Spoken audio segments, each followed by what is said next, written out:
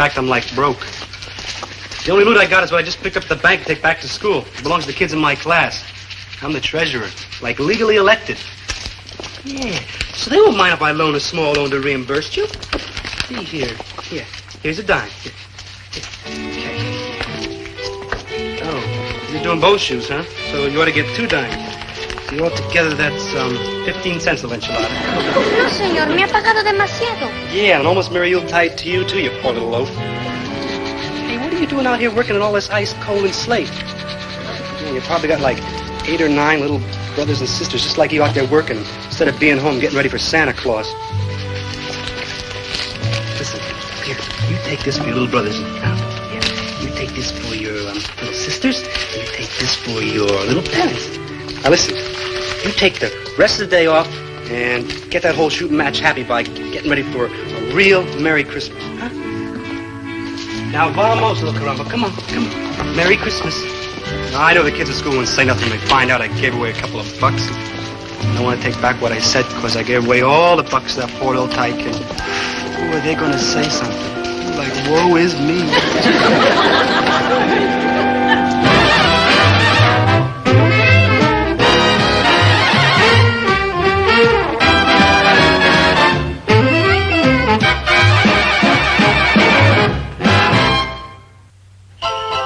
The joyful season of Christmas, when our hearts are filled with love for our fellow human beings.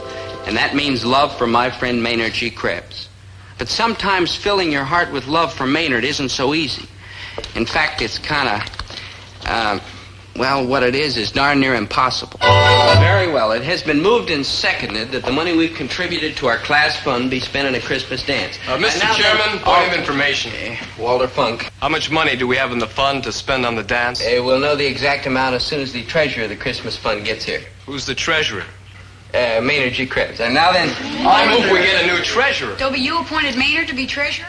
Yes, by virtue of the power vested in me as chairman. Well, I move we get a new chairman. Now, just a minute. Yeah, just a darn minute. You Yeah. kids ought to be ashamed of yourselves. Now, look, we all voted to make Dobie chairman. Now, let's stand behind him and back him up instead of picking on him. That's right. I'm doing my darnest to do a good job. And you're succeeding, Poopsie. You're doing a fine job. Thank you, Zelda. So how come you pulled a lame brain stunt like appointing Maynard treasurer? Because Maynard's changed, that's why. Now that he's a college man, he's mature and grown up and resourceful and self-reliant. Am I really talking about our Maynard? No. Of course he's changed. He's very dependable now. And besides, all I asked him to do was go to the bank and bring our money here to class. Oh, well, a child of 8 could do that. A child of 5 could do it. But could Maynard G. Krebs? Now cut that out. You keep talking about the Maynard of the old days, back when he was a bumbling, left-headed, useless, no-account mess. Oh, here's our treasurer now. Hi there, Maynard. You did what I told you, didn't you? Like naturally. You went to the bank and drew out all the money in our class fund. Like naturally. And then you stuck it in an envelope and put it in your pocket, huh? Like naturally. And now you're going to hand it over to me. Like naturally. Yes, thank you, Maynard. Maynard, our money, it's gone. Like naturally. See you around, though. It was truly inspiring to see how the class reacted when Maynard showed up without the money for the Christmas dance. At first, of course, they were awful mad, but after a while, they started to have kindlier feelings. For instance, a belief in Maynard's basic honesty. Of course he didn't steal the money. He's too stupid to be a crook. On the other hand, certain members of the class developed a deep feeling of compassion. I pity his poor parents stuck for life with such a washout. Others even experienced a commendable amount of scientific curiosity. Do you think he'd tell us what happened to the money if we all put on boots and jumped up and down on him? Maynard was up to his beard in trouble, but happily there was a simple, direct, effective way to solve his whole problem. Nope, I ain't gonna commit Harry-Carry. Maynard, stop that. Man, I'd have enough trouble polishing myself off in English. And Maynard. I think my father's for Harry-Carry. He keeps taking me to Japanese movies and pointing. Maynard, I need to stop. I just want you to tell me what happened to the money for the Christmas dance. I can't, though. Why not? We've been friends for a long time. You could always tell me everything. I know, though, but this is like different. All right, you've made your point. We're just not friends anymore. Oh, no, Dobe. You're the very best friend I got in the whole world. I mean, I would stick my arm into the fire. So tell me where the money is. So long, stranger. Okay, Maynard. Okay. If you feel so strongly about it, you must have good reason, so I won't mention it again. But I'm warning you, you'd better find a way to pay it back before Christmas, or what the kids in class hang on their tree is going to be you. Don't worry, Dobe. I'm in no trouble. I'm going to pay it back every week out of my allowance. I just remember the size of my allowance, and I'm in trouble. Yeah, it's big trouble. Maynard, I know this will come as a shocking suggestion, but how about getting a job? Yeah, you're right. It's a shocking suggestion. Yeah. Hey, Dobe, what if I wrote a letter to the president and asked him for a government loan? The president in Washington? Yeah, I'd say, Dear Mr. Truman. Yeah, Maynard, his name's Kennedy now. Truman's name is Kennedy? And he couldn't help you anyhow. He's got other things to worry about. Still trying to get that new porch for the White House, That's huh? right. Now, there's only one way out. You've got to get a part-time job helping out in the pre-Christmas rush. You're right, Dobe. I mean, you're right, but who's going to give me a job? I mean, let's face it. Maybe I'm charming and lovable and sweet, but I still am Maynard G. Krebs. True, but you're the new Maynard G. Krebs, a college man, a veteran of the armed forces, mature, resourceful, self-reliant. Offer that package to any merchant in town, and you know what he'll say? I give you a simple N-O no, a simple O-U-T out, and a simple goodbye Maynard. Hey, Dad, be fair. At least think about it for a little while. Okay, I'm thinking about it. Okay, I thought about it. Out. Yeah, this is a desperate emergency. To Maynard, it's a matter of life or death. Maybe both. Yeah. Look, he couldn't carry $55.78 for the class dance across the street without losing it. And you want me to trust my hard-earned cash to him? You gotta be kidding. Yeah, Dobe, you gotta be kidding me. Herbert, I'm ashamed of the way you've been talking about Maynard. So am I, but with a lady president, it was the best I could do. Dobie, as I understand it, Maynard has done something to let you down, and now he wants to make up for it. That's right, Mom. Well, then, Herbert, how can we possibly refuse to help him? Easy.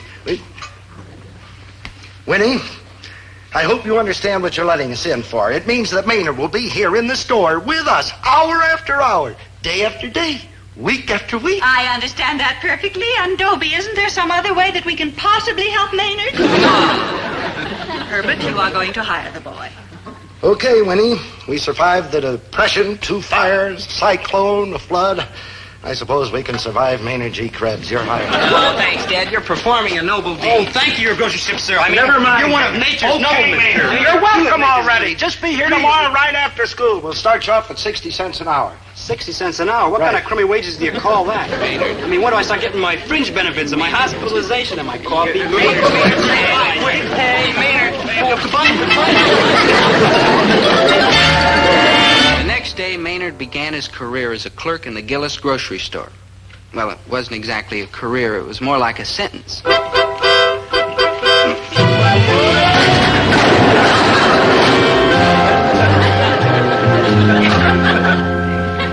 hi, Mr. G. Like, hi, Maynard, and what's your excuse? I don't have one, sir, so if you see one laying around, please tell me. I sure could use it. I'll admit Maynard didn't start off in his job like a ball of fire. But within a couple of days, his work had improved to the level of, well, I think they call it utter mediocrity. Señor, Huh? Oh, it's you, little Latin type waif. vengo de orden de mi mamá para comprar comida. Look, I told you I don't dig that like Latin. You know, no understando, see, no digo. Aquí está la lista. Hey, how did you know I was here? You must have followed me or something, huh? Por favor, no comprendo. Please get off my back, little sombrero, will you? I mean, seeing you out in front of your house looking all sad-eyed and hungry, I couldn't stop myself from giving you the class's money. And look at all the hot water it got me into. So no more loot. That was it. Finishville, the end. Está escrita en inglés. You got a shopping list? You got money to pay for this? You know, money, cashierino, moolah, pesoville.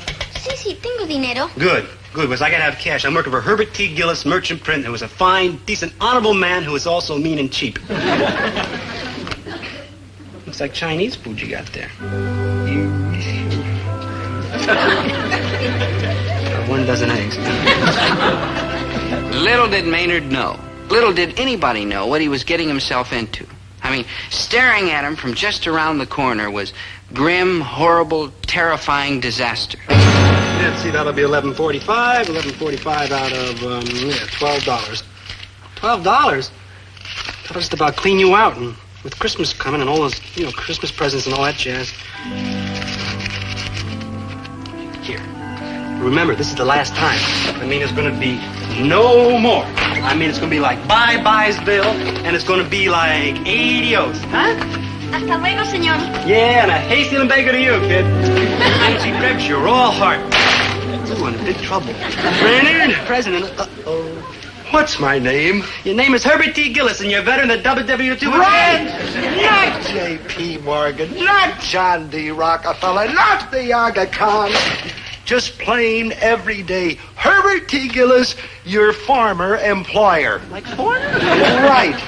Oh, I just saw that little transaction of yours, all $11.45 of it, and you were finished, through, put, sacked. Why fired? Fired! Be honest, kids. Maynard feels awful about what's happened. He knows what you're thinking. No, he doesn't. Or he'd get himself a bulletproof head. No, he'll raise the money somehow. A thought. Maybe he could donate his body to medical research. Why don't we donate it for him? Look, I just know Maynard will come through. Remember, it's Christmas, and somewhere in this town there's a job that's just right for such a warm-hearted, lovable, friendly human being. Like, oh, ho, ho, ho, ho, ho, ho. Managership, I've never been a Santa Claus before, but I know I can do it good, because my mom used to bring me to this store to see old Santa every year. Well, that helps. She's out of town, and she would have brung me this year, too. Hey, how do I look, Mr. Bieber? Like real Kris Kringle-ish, huh? Well, let me put it this way, Krebs. Stay in a dim light and hope that the kids are nearsighted. Anything I can do to serve, sir. And not a minute too soon. Here come the kiddies. Now remember, Krebs, you're Santa. Now greet the customers. Like, hi, customers. What do I do now, you floor walker ship? Sit her on your lap. On my lap? Yes. On my lap? Yes. Every year, new rules. Well,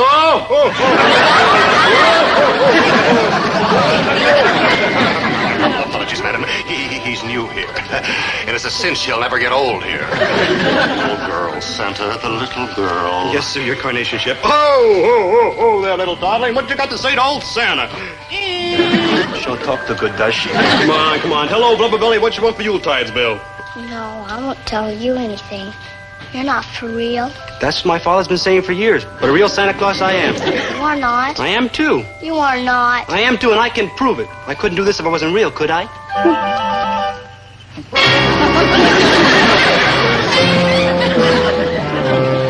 See, you're real, too. Ooh, yeah, man, are you real? Now, tell old Santa what you want for Christmas. Okay, I want a teddy bear and an atomic submarine and a huge big dollhouse. Hey, you're a greedy little chick, ain't you? See, Mommy, he is a phony. He can't get anything for me. No, I can't. Well, you just wait right here, and I'll be back faster than you say good King Wentz. Wentz. I'll be back real quick. Santa Claus is like him that make it tough for us little kids to believe in Santa Claus.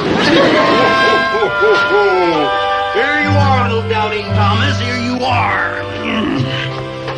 Here's your teddy bear, and your atomic submarine, and a great big giant dollhouse with wall-to-wall floors. How's that for an oh ho ho ho ho? Wow, thanks, Santa. But we can't afford all that. Oh, perish the thought of paying, madam. Compliments of Kane's department store. We're all heart, even the elevators. Thank you very much, Santa. Merry Christmas, good old Santa. Oh.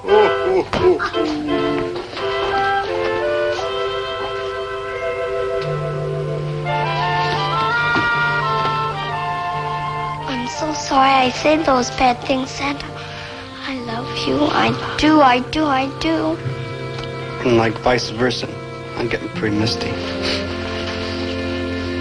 Here. Merry Christmas. Whenever Maynard goes to work, he's generally a square peg in a round hole. But when he got that job as a Santa Claus, for the first time in his life, he was a round peg in a round hole. And the holes weren't in his head. You see, he was born for that kind of work. Being kind to kids, giving away things, making people happy. He wasn't just a fella in a Santa Claus suit. In his heart, Maynard was Santa Claus. Like, oh, there, little tyke. Oh, like, bye, there, little tyke. ¿Me puedo decir lo que quiero para Navidad? No offense, but like, like sayonara, like vamoose, you know. Nick! Por favor, señor. Oh, look, you've given me enough trouble to last through the whole month of Christmas, so hail and farewell, huh? Feliz Navidad, señor Santa. Yeah, sure. Yeah, like, oh. Next, here we go. Come on, what are you gonna got? Oh, yeah.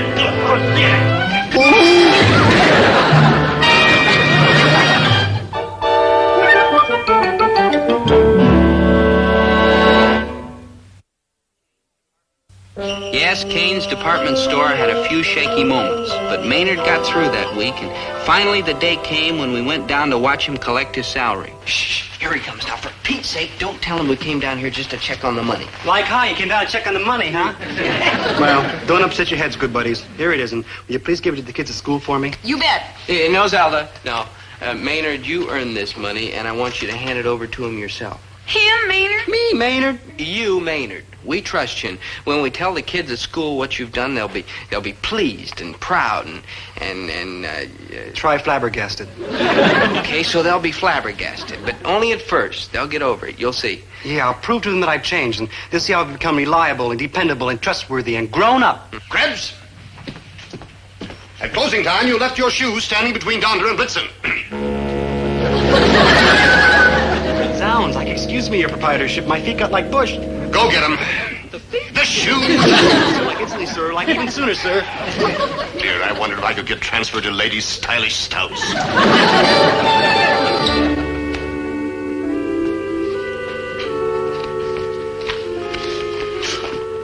What are you doing here? The store's closed. You gotta get out of here. Anyhow, you shouldn't ought to be here all by yourself on Christmas Eve. You ought to be home waiting for Santa Claus. Por favor, señor. Man, I really wish I was Santa Claus instead of make-believe, and then I could give you all them toys and... No, don't start hounding me for no more loot. I gotta give this back to the kids at school. Por favor, no quiero su dinero. I mean like adios. I mean, go pelly your tortillas.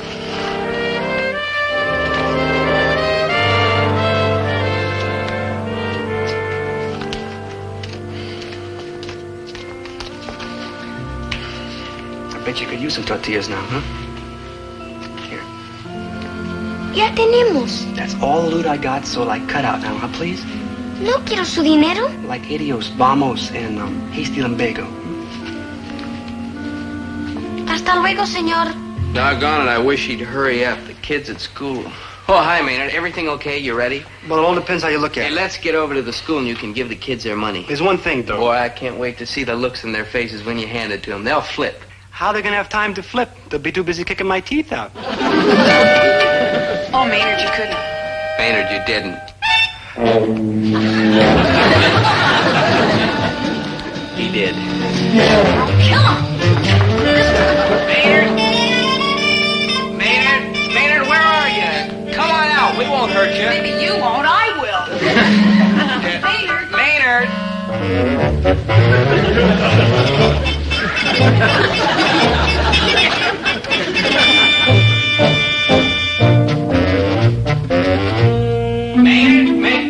Dobie, here.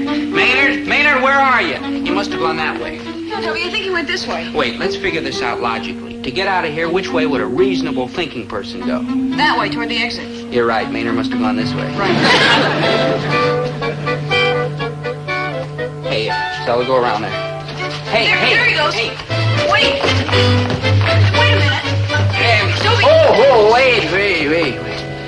Who are you? What are you doing here? Por favor, señorita, no comprendo. Oh, wait. Did you see a thin fellow with a beard run past here? Dobie, I think he only speaks Spanish. Yeah. El Señor Skinny avec la beard. I said Spanish, not gibberish. Yeah, well, Monsieur Down, Habang Poopsie, down. I'll handle it. Uh-huh. Dígame, hombrecito, ¿sabes dónde fue el tipo descamisado con la barba? Sí, señorita, ¿cómo no? Zelda, you speak Spanish? Pure Castilian, none of those regional dialects. Adelante, niño. ¿Dónde está el hombre de quien hablo? Es demasiado importante. Está en la casa de mi papá. Ya le dije que no queríamos su dinero, pero los fue dando más y más. Somos pobres, pero no somos mendicantes. What did he say, Zelda? What did he say? Poopsie, our mystery's solved. Well, what did he say? Come with us. Zelda, stop with the secrets already. What did he say? What? Zelda, what? Pepe shouldn't have taken the money, senor. Things are not good with us, but we are not beggars. Nah, you folks need it more than us, than me. And it's only like money. Just to help you folks get back on your feet. We'll simply any day now. I mean, I can tell. I got tuition. I think that is intuition, senor.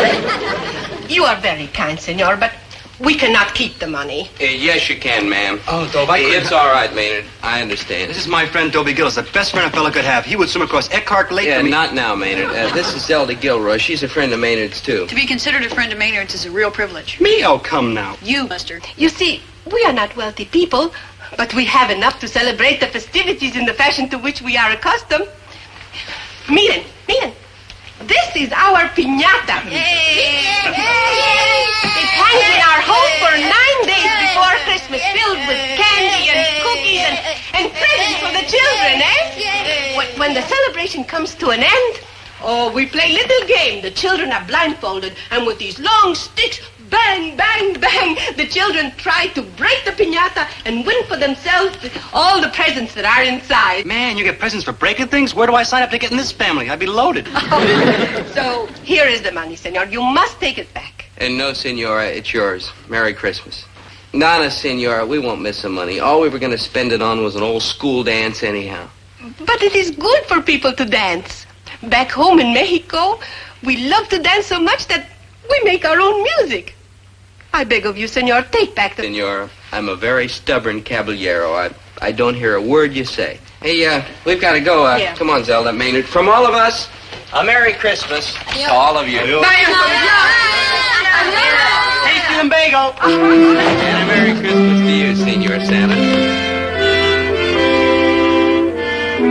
Come and get it, kid. Yeah, courtesy of Herbert T. Gillis, the friendly neighborhood grocer. Look at that. Take it easy on the turkey, huh? It costs 58 cents a pound wholesale. Classmate cronies. Maynard, where are your bongos? We need them for dancing. Well, it's like this, Dobe. I was bringing them, but on the way over, I ran into this ragged little wave. You, yeah. too? That's almost exactly what happened to me. Relax, Dobe. I took care of the whole shooting match. 1, 2, 3.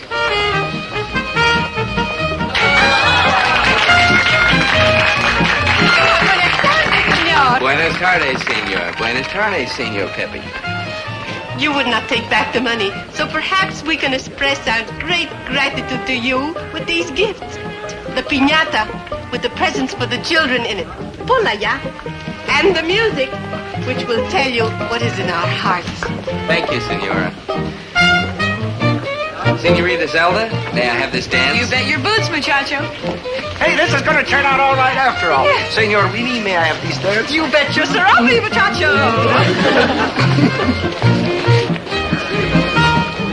Ooh, like, excuse me.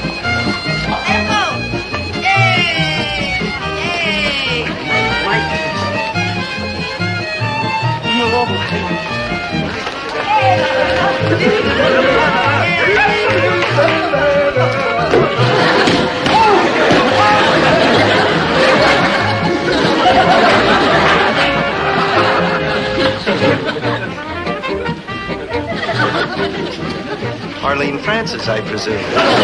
Maynard. Come on. Maynard.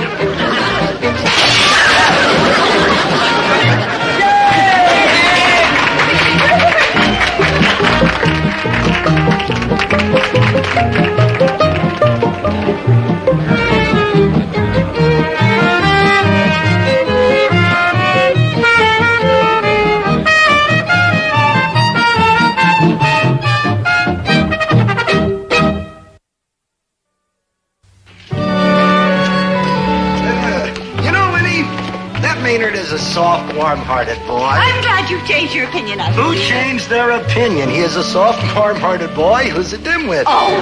Oh, just a little Christmas jollying. You know, it's still early and I'm hungry. Let's get something to eat. Good thinking. Let's go over to my house and I'll whip up some scrambled eggs. Great. And I got a whole big wad of mistletoe hung right over the front door. Zelda, it's Christmas Eve. What's that got to do with it? Hey, Walter, what are you made up for?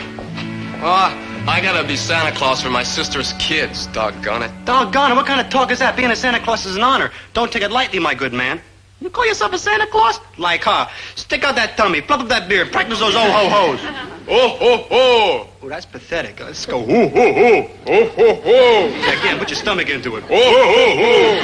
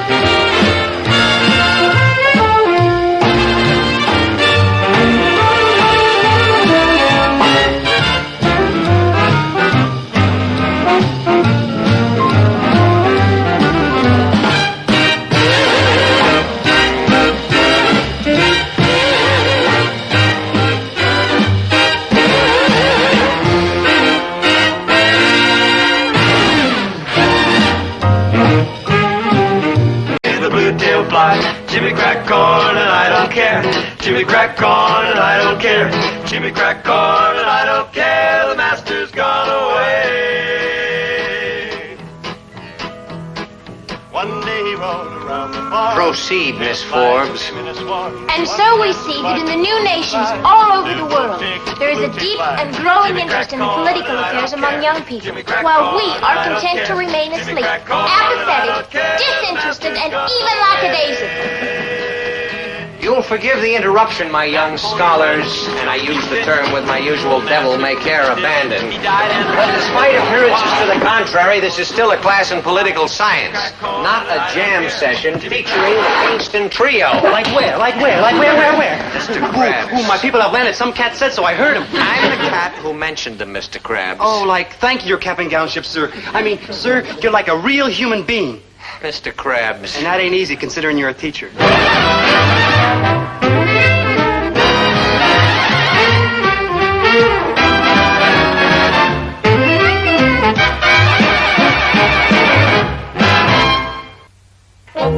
People say that we members of the younger generation are alert, level-headed, and solid. There's only one trouble. The people who say it are we members of the younger generation. I'm afraid our teachers and parents have a somewhat different opinion. To them, we're often lost and bewildered, while they know exactly what they're doing and where they are. I haven't the vaguest idea where we are.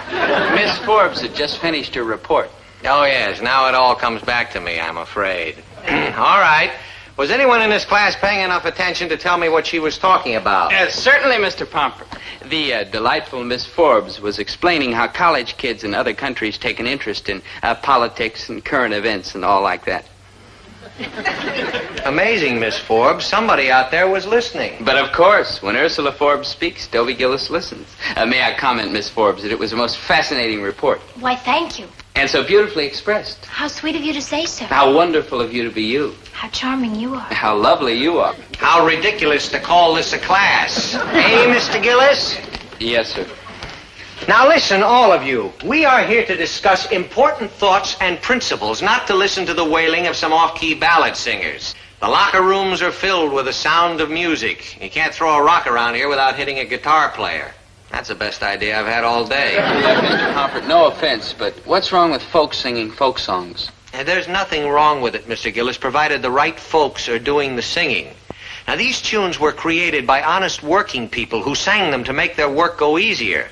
There's a vast difference between that and some crew-cut baritone wearing a pair of custom-made blue jeans and a hand-tailored neckerchief singing, "I've been working on the railroad." That's the way I feel about it, and you can call me an old fogey. You're an old fogey. That's the way he feels about it. Why waste your time on pointless diversions like folk singing when you could be out doing important things? Like, for instance, Mr. P. Like, for instance, taking an interest in political affairs, Mr. K, the way students do in other countries. You mean march in demonstrations and have riots? And grow beards like them cats in Cuba? I wouldn't dream of suggesting that you grow a beard, Mr. Krabs.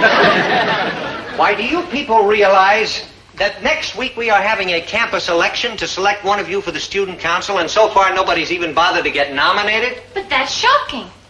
Ursula, you approve of fellows who run for office? Approve of them?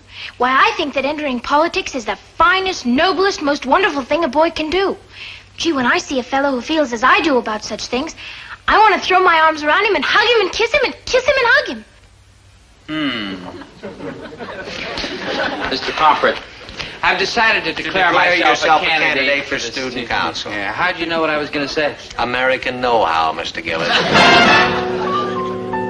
You are looking at the bright-eyed and bushy-tailed candidate for the position of member of the student council. Why am I all of a sudden so interested in politics? It's simple. As a responsible citizen of the future, I consider running for office to be my right, my duty, my sacred privilege. And name me a better way to get a girl who's hot on this public service kick. But now that I'm involved, I'm discovering that the great game of politics is no laughing matter. Dobie, you expect to be elected to student council? Boy, that is a laugh. Come on now, knock it off, Zelda. Why couldn't I get elected? All it takes is brains and personality and tact and a willingness to work hard, and I just answered my own question. Now, don't give up the ship so fast, Poopsie. I have run this question through my giant brain, and I devised a plan that could get you elected. Oh, that's wonderful. Zelda, you're a magnificent human being. At Jim, What's the catch? What catch? I'm simply going to run your entire campaign for you, that's all. I see, and that means running me too, doesn't it? You bet your boots, Buster. Mm-hmm. Thanks a lump, Zelda, but no thanks. I decline. No, negative, Don't argue, lover. I'm taking over. Zelda. You are looking at all 8 Kennedy women rolled up into one cute-as-a-button package of dynamite. Hey, Zelda. Now, I am going to be your campaign manager, because if you've already got one, it's bound to be Maynard, and he couldn't get you elected dog catcher. Hey, Dobe, you running for dog catcher? Zelda, Maynard's not my campaign manager. Am I interrupting anything? Yes, my campaign manager is Ursula Forbes, and she's going to get me elected because she's deeply in love with me.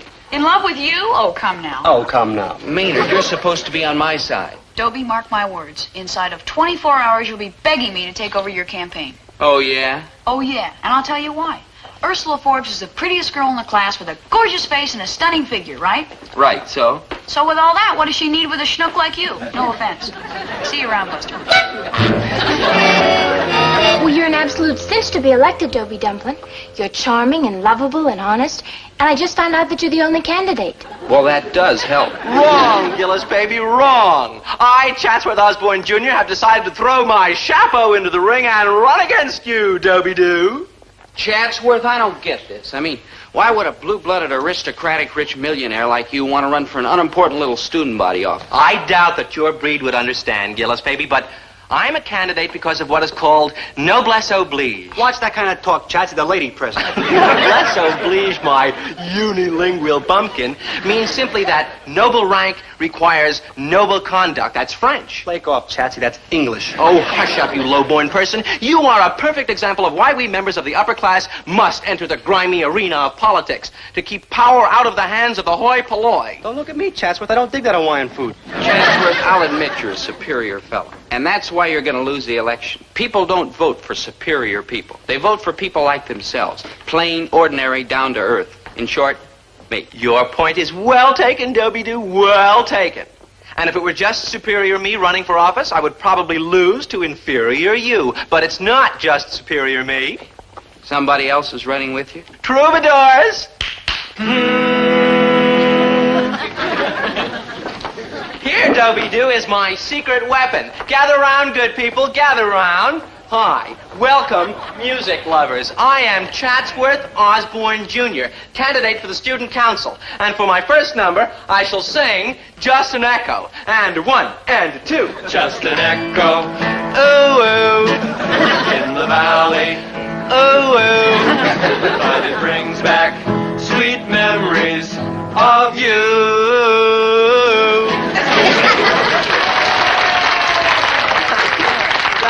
Thank you, beloved voters. Remember, vote for Chatsworth Osborne Jr. for Student Council. A man who sings the songs of the people, understands the people. the people.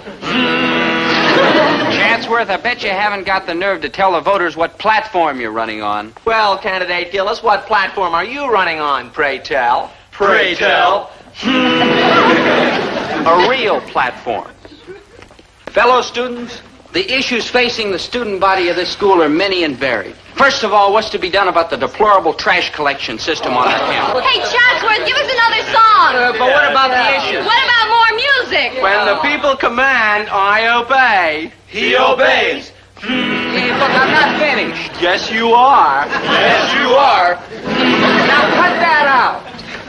Just an echo Oh, oh. in the valley. Oh, Ursula, my angel. Not But you, it too. brings back memories of you.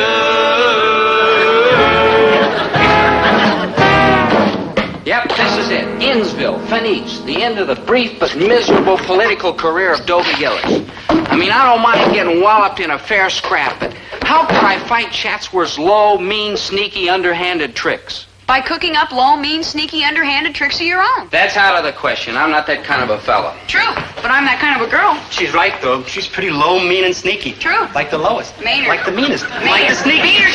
Zelda, I appreciate your willingness to help in my hour of need, but I refuse to do anything that isn't completely open and above board. And what'd you have in mind? Now you're talking. Come here, Doe. Hey, Zelda. And voila! Zelda, what is this? Can't you see? It's a voila. I am going to teach you to sing 10 times better than old Chatsworth, and that's how you're going to skunk him in the election. Me, him, and Now, Maynard. can the small talk, man. We got work to do. Zelda, if this is a trick to win me away from Ursula, you might as well quit right now. Ursula and I will love each other night and day, heart and soul, till the end of time. Sure, sure. Now, Dobie, it's important that you're prepared to project a proper image of a man of the people. Yeah. Now, come on, stand up. Now, look virile. Brush your hair in your eyes. Are you kidding? Absolutely not. If you don't, Chatsworth will blister you. Brush. I'm brushing. Never mind, Maynard. Now, it's essential that you have sex appeal. Flex your muscles. Yeah. Now give me a troubled, world-weary look. Oh, come now. Go on, Maynard. Now, Dollface, there's a certain way of speaking that's vital to the success of any political candidate. Low and breathy. Yeah. Now, let me hear you say, "Hi there, everybody." Hi there, everybody. No. Lower and sexier and more... Hi there, everybody. Oh, yeah, that's it. Now, Dreamboat, let's put all the parts together. Low, breathy voice. Hi there, everybody. Flex muscles, troubled, world-weary look, and plenty of sex appeal. Love me tender. Love me That's right. Look, Zelda, look. You and I are not destined to go strolling down life's highway hand in hand. So I hope you're doing this simply because you're convinced I'm the right candidate for the job. Of course, Poopsie. Low, breathy voice. Hi there, everybody. And you want to see the best man win? Of course, Pumpkin. Flex your muscles. You're lying, aren't you? Of course, Snookums. Now, plenty of sex appeal. Jug, I love you so. Jug, I love you so. Jug, I love you so.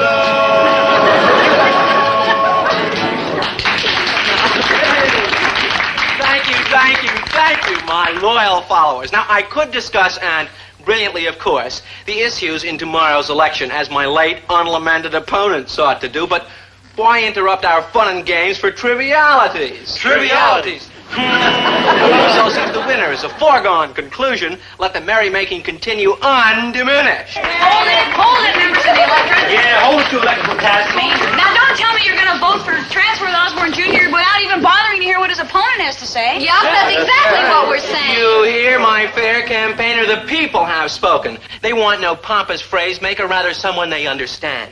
Someone they dig. Someone who speaks their own language. Language. Hi there, everybody. Mind if I drop in and sing some songs to the people? Heavens to dollars. Wow, Gillis got the message. When I was a lad, spent many hours down at the river's edge, listening to the old men tell their stories and sing their songs. This song has always been a very special favorite of mine.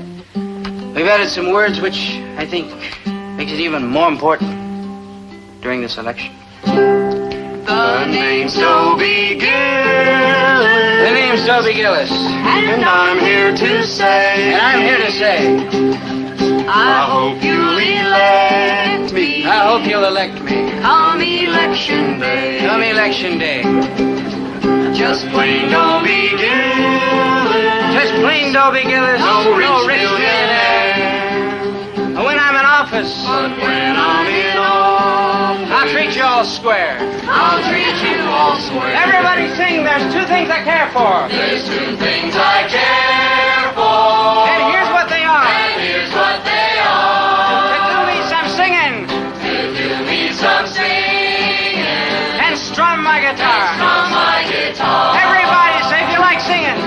So if you like singing. And yodeling too. And yodeling too. Then vote for old Dobie. Then vote for old Dobie. A square buckaroo. A square buckaroo. Sing a little louder. So if you like singing. So if you like singing. And yodeling too. And yodeling too. Then vote for old Dobie. Then vote for old Dobie. A square buckaroo. A square buckaroo.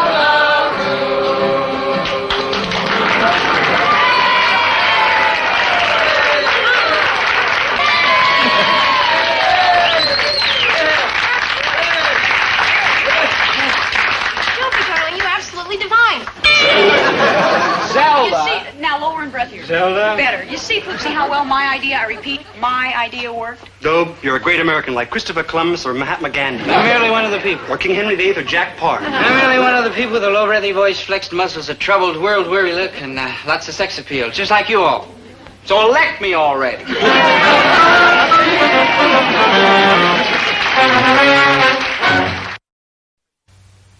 I do not agree with what you say, but I shall defend to the death your right to say it.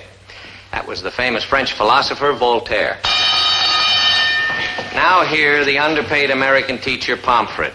Class dismissed. Wait a minute, kids, wait a minute. There will be another concert by your candidate and mine, the People's Choice, the sweet singer of S. Peter Pryor Junior College, Dobie Gillis, in the college yard in 5 minutes. Yay, I just do my best is all. Did you say something, Mr. Pomfret? Yes, Mr. Gillis. I said, That's HMPHHH. H. Oh. Well, I'll be seeing you, Mr. Pomfret. I've got to go out and do a little singing for my public. Oh, say, you wouldn't like to come along and listen, would you? That's right, I wouldn't. Mr. Pomfret, I get the impression that you don't like what I'm doing. Well, what difference does it make what I like? Well, you're the one who made the big speech about us kids getting interested in campus politics. But I said politics, not show business. Politics has to do with issues, not entertainment. If entertainment were the most important qualification for holding office, Frank Sinatra should be in the White House. I understand he often is. Save your jokes for your audience, Dobie. Don't waste them on me. I can't even vote in a student election. Look, I don't understand. You say go into politics. Okay, I'm in politics. Well, if a guy's in politics, he ought to win, shouldn't he? And if folk singing's a way to win, what's wrong with it? My first duty's to get elected, isn't it? No, it is not. Your first duty is to tell the voters what you stand for, the issues. Well, I tried to talk to the kids about issues. They just ignored me. Well, that's often the case. A flashy, gaudy candidate gets the crowds. The thoughtful one gets left at the post. You're darn right. I'll tell you a strange thing, Dobie. The winner is the loser. The winner's the loser? If you want to be a leader of the people, then you must lead. You must deal in ideas, in truth, in vision. You must appeal to the people's minds. Now, I'll admit it's a lot harder to set a bunch of people's minds to working than it is to set their toes to tapping. But if you aim at their toes instead of their heads, then what have you won, Dobie? How have you improved or advanced anything? You haven't led, you followed. I think I understand. Well, I truly hope that you do, Dobie. Because the future of all of us depends on just that kind of understanding. And if we don't understand, I'm afraid we could all be in for a lot of deep, deep trouble. Now, always remember, Dobie, one man in the right constitutes a majority. Yeah? Yes. Yeah.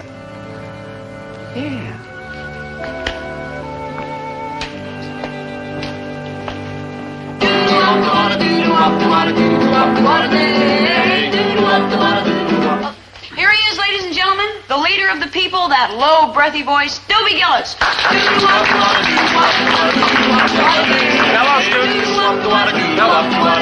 Fellow students, the time has come to discuss the issues. I insist that you not vote for me simply because you like the way I sing. As citizens of the future, it is our duty to think, to study the grave matters that we cannot ignore the problem of trash collection on this campus. Students, Mr. Pomfret, you say that one man in the right constitutes a majority? It's true, Mr. Gillis. I'd like you to meet a majority of one.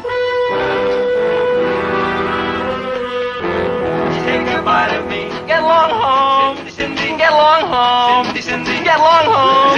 Cindy, I'll marry you someday. She told me that she loved me. She called me Sugar Plum. She throws her arms around me. I thought my time had come. Get along home. Cindy, get along home. Cindy, get along home. Dope, you're gonna win tomorrow, because I got another idea. You tell everybody Chats is a trunk murderer. That don't mean he murders trunks, he takes people. Enough? Good thing. Cool at the buzz. All right, kids, knock it off.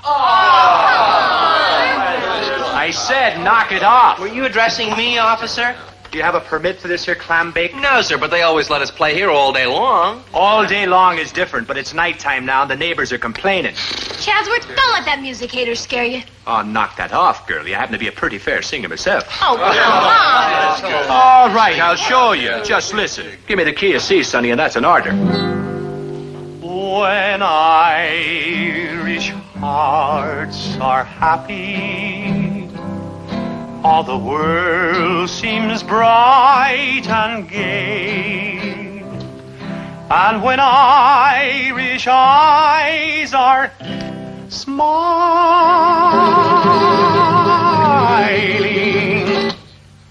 Sure they steal your heart. Heart away.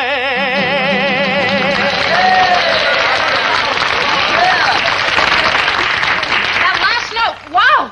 That's the last note you'll be hearing in these parts tonight. Now move along, all of you. Officer, suppose we refuse. And it's off to the pokey with you. The pokey?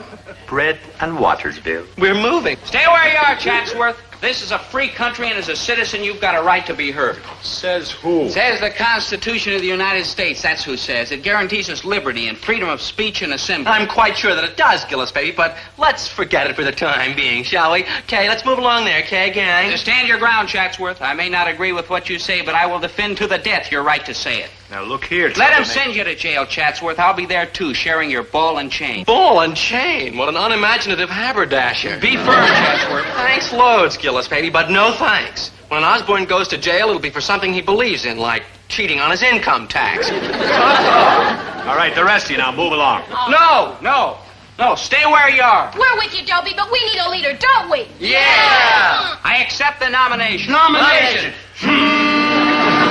When Dobie gets up and fights, we say hooray, hooray. When Dobie gets up and fights, we say hooray, hooray. When Dobie gets up and fights, we say we're for Dobie and Dick hooray, and we'll all stand up.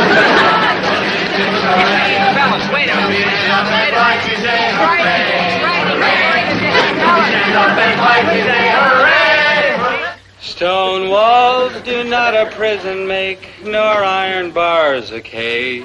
Maybe that works with you, good buddy. But man, they sure got me penned in here. Maynard, at least I was locked up on a matter of principle. You're getting in here with sheer foolishness. Yeah, I was the first guy in the history of the police department to get pinched for breaking into jail. Maynard. What got him mad was I made it. But I wanted to be here with you, good buddy.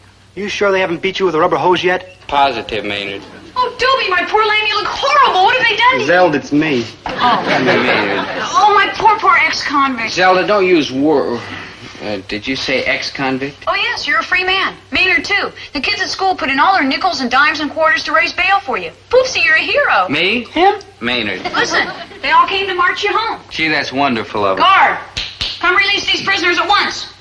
Oh, Dobie Dumplin, the second you get out of that cell, I'm going to throw my arms around you and kiss you and hug you forever and ever. Dobie, you do want to get out, don't you? I'm thinking... Dobie! I want to get out. I was just kidding. Zelda, you're wonderful. I don't know how I can ever thank you. Don't worry, Dope. She'll think of a way. You bet I will, Rainbow. You bet I will. Zelda, please. Zelda, please. Now cut that out. When Dobie stands up and fights, we say hooray, hooray. When Dobie stands up and fights, we say hooray, hooray. When Dobie stands up and fights, we say we're for Dobie and Dick hooray. We'll all stand up for Dobie and Dick hooray. When Dobie stands up and fights, we say hooray, hooray. When Dobie stands up and fights, we say hooray, hooray.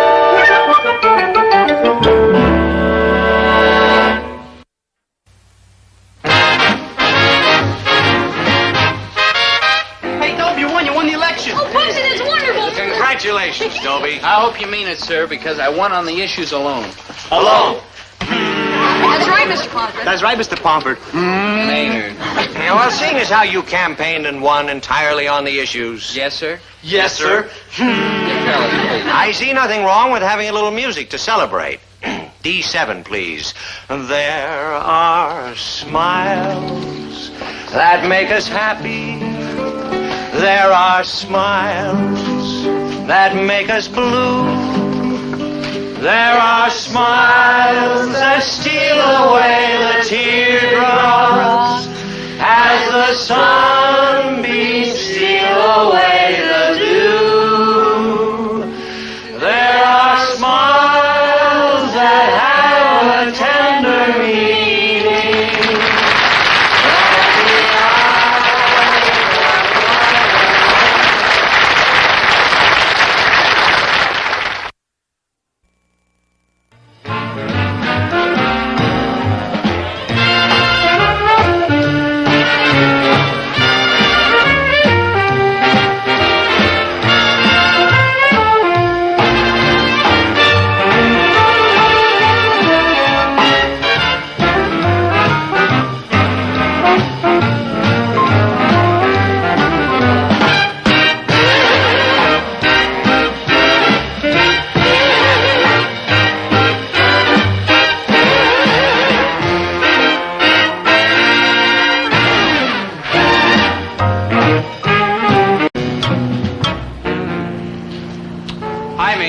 like, hi, Dobe. I've been riding a taxi cab. Man, that's living. Make way for old Maynard G. Krebs riding in a taxi cab. What happened? You hurt your foot or something? Oh, nothing like that, Dobe. It's just all my life, ever since I've been an itty-bitty baby, I wanted to ride in a taxi cab. Mm-hmm. When I finally got rich, that's what I done. You got rich? Just sitting back there and everybody looking in and saying, well, what do you know? Old Maynard G. Krebs riding in a taxi cab. Maynard, how? Oh, it's easy, Dobe. All you gotta do is go, cab, and you get in, you shut the door. No, Maynard. How'd you get rich? Well, it's like easy, Dobe. All you need is lots of money. Yeah, I know, Maynard. But where'd you get the money? What money? The money to go goofing around in a taxi cab. Oh, a squirrel gave it to me. Come on, Dobe. Yeah. A squirrel gave it to you?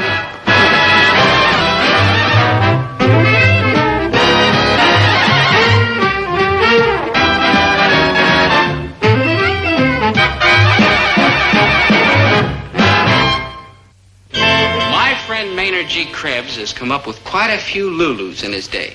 But you've got to admit that the story about the squirrel's pretty much of a super Lulu, even for Maynard. If you didn't know Maynard, you'd say that he was stretching the truth. But that's not exactly so. By now, he's probably got himself half convinced that he really did get some money from a squirrel. The thing to remember about Maynard is that he lives in a little far-off world of his own. The bunny farm? Yep, that's where they're going to send you if you tell anybody else that story about the squirrel. But it's like true, Dobe. Maynard, enough. You know and I know that the squirrel is all fantasy. Not this squirrel, Dobe. This squirrel is all heart and a very generous squirrel. And he'll give you $41.37. $41.37. Rather odd, isn't it? What's so rather odd about it? I mean, I'm all the time giving him stuff like old peanuts and candy, and if he should have some old money lying around, why shouldn't he give it to me? Look, Maynard, a squirrel doesn't just walk up to you and give you $41.37. Like true. He didn't walk, he like hippity-hop. You know, like... Hi, Mr. Pomper, sir. Class will be seated. And you, Mr. Krebs, will hippity-hop back to your seat like a good bunny rabbit. Oh, not a bunny rabbit, Mr. Pomfret, sir. A squirrel. I was just telling Doe about the squirrel. Enough, Mr. Krebs. And a word to the wise. Steer clear of squirrels. Hey, Doe, what do you think Mr. Pomfret meant by saying steer clear of... Mr. Krebs! Present. May I remind you that yesterday, for whispering in class, I imposed a punishment on you not usually given beyond grammar school? Go right ahead. Go right ahead and what? Go right ahead and remind me. I just want you to realize, Mr. Krebs, that it is very seldom a junior college student is kept after class to clap erasers. Now, where was I? Like back there by your desk. Mr. Krebs. Like don't mention it. Ladies and gentlemen, I'm sorry I'm late. And I'm afraid class is going to be very short today. The fact is that I'm in a foul mood because I didn't have any breakfast. And the reason I didn't have any breakfast is that the gas company has turned off my gas. Also, the electric company has turned off my electricity, and the water company has turned off my water. These calamities have befallen me for the simple reason that I failed to pay my bills. I don't care if you flunk me for saying it, Mr. Pomfret, but you teachers deserve an increase in wages. And more pay, too. Thank you, but you mistake my meaning. It wasn't that I didn't have the money. My wife gave it to me yesterday morning. And I put it right here in the top left-hand drawer of my desk. Unfortunately, I forgot it when I left school, and when I returned for it an hour later, it was gone. You mean somebody took it? All $41.37. $41.37? Exactly. Students, and I use the term loosely, of course, I have devoted many long and tedious hours trying to educate you. Believe me, it's been an uphill battle. However, I don't expect anyone to build me a statue for it. In fact, I don't even expect a simple thank you. But stealing money out of my desk, this I really don't have coming. I'm pained and deeply disappointed. Frankly, I just don't know what else to say, so class is dismissed for today. Now, the homework assignment, as you may remember, is to read 20 pages in your textbook for tomorrow. Let's make that 60 pages instead. And no excuses will be accepted. Like, wow, the gas company turned off the gas. I mean, that's like tough. You couldn't even kill yourself if you wanted to. Maynard, I think we ought to have a little talk. Just a minute, Dobe. I'm trying to figure out who the dirty rat was that swung with Mr. Pomfret's gold. Why don't we figure it out together? You mean like be detectives? That's right. Oh, Dobe, that's a swinging idea. I'll go home and get my magnifying glass and my Sherlock Holmes hat. I don't think that'll be necessary, Maynard. Somehow I feel that the man we're looking for has been less than diabolically clever. Oh, yeah, Dobe. They always make that one fatal mistake, huh? Mm-hmm. The one we're after just set a new world's record. For instance, there's the amount of money taken, $41.37. Ring any kind of a bell? Oh, yeah, Dobe. I'm way ahead of you. All we gotta do is search everybody on campus, and when we find the $41.37, we got him. You're forgetting motive and opportunity. I am? Whoever took the money would have needed two things, motive and opportunity. Oh, yeah, now we're getting there. Whoever took the money would need two things, motive and opportunity. Sounds just like Perry Mason. Mm-hmm. What does it mean? Well, motive would mean a reason to take the money, like an overpowering urge to do something expensive. Like riding a taxi cab or like that? Like that. And as far as opportunity goes... Yeah, tell me about that, though. Well, Maynard, anyone who was kept after school would have had a perfect... Maynard. What's the trouble, Dobe? Maynard, don't you feel the web closing in on you? Web? Maynard. You know what you told me this morning about getting rich? Yeah? Well, get poor again, Maynard. Give the money back. Oh, don't be silly, Dobe. What is a squirrely with all that money? He'd rather have, like, nuts and candy. Maynard. Yeah, Dobe? Maynard. I'm right here, Dobe. Maynard. I hate to say this, good buddy, but I think your needle's like stuck. Maynard, give the money to Mr. Pomfret. Yeah, I already thought of that, and man, he sure could use it, but it's all gone. Are those your last words? Oh, no. None of them last word jazz for me. I mean, there's songs to be sung and flings to be flung and taxi cabs. Okay, Maynard, if that's the way it is, this puts us on different sides of the fence. What fence, Dobe? I don't see no fence. What I'm trying to say is, this is it. This is what? Hey, Dobe, but don't you feel well? I mean, you look plenty scroungy. I mean, want us to help you get home? Oh, gee, it's too bad I spent all that squirrel money, or I could take you home in a taxi cab. Maynard, that does it. Poor Dobe. Hit him just like that. Hey, Dobe, wait up. Hey, Dobe! Dobe! Never mind the conversation. Just answer this question. Are you or are you not going to give back the money? To a squirrel? Goodbye, ex-good buddy. Oh, it's rigged, that's what. Hey, Dobe, wait. Please, Dobe. Hey, Dobe. Dobe, wait up, Dobe. Dobe. You know something, Dobe? I think you're trying to duck me. You're not going to give back the money? What money? You're right. About what? I am ducking you.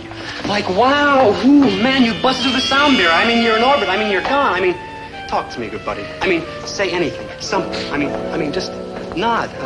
Blink your eyes. Wiggle your ears. Talk to me. Hello, boy. Now, don't have hysterics, Mrs. G. Dobe is pretty sick. Sick? Like, lost his voice and everything. Lost his voice? That's all right, Mom. I'm okay. Hey, Dobe, your voice like came back.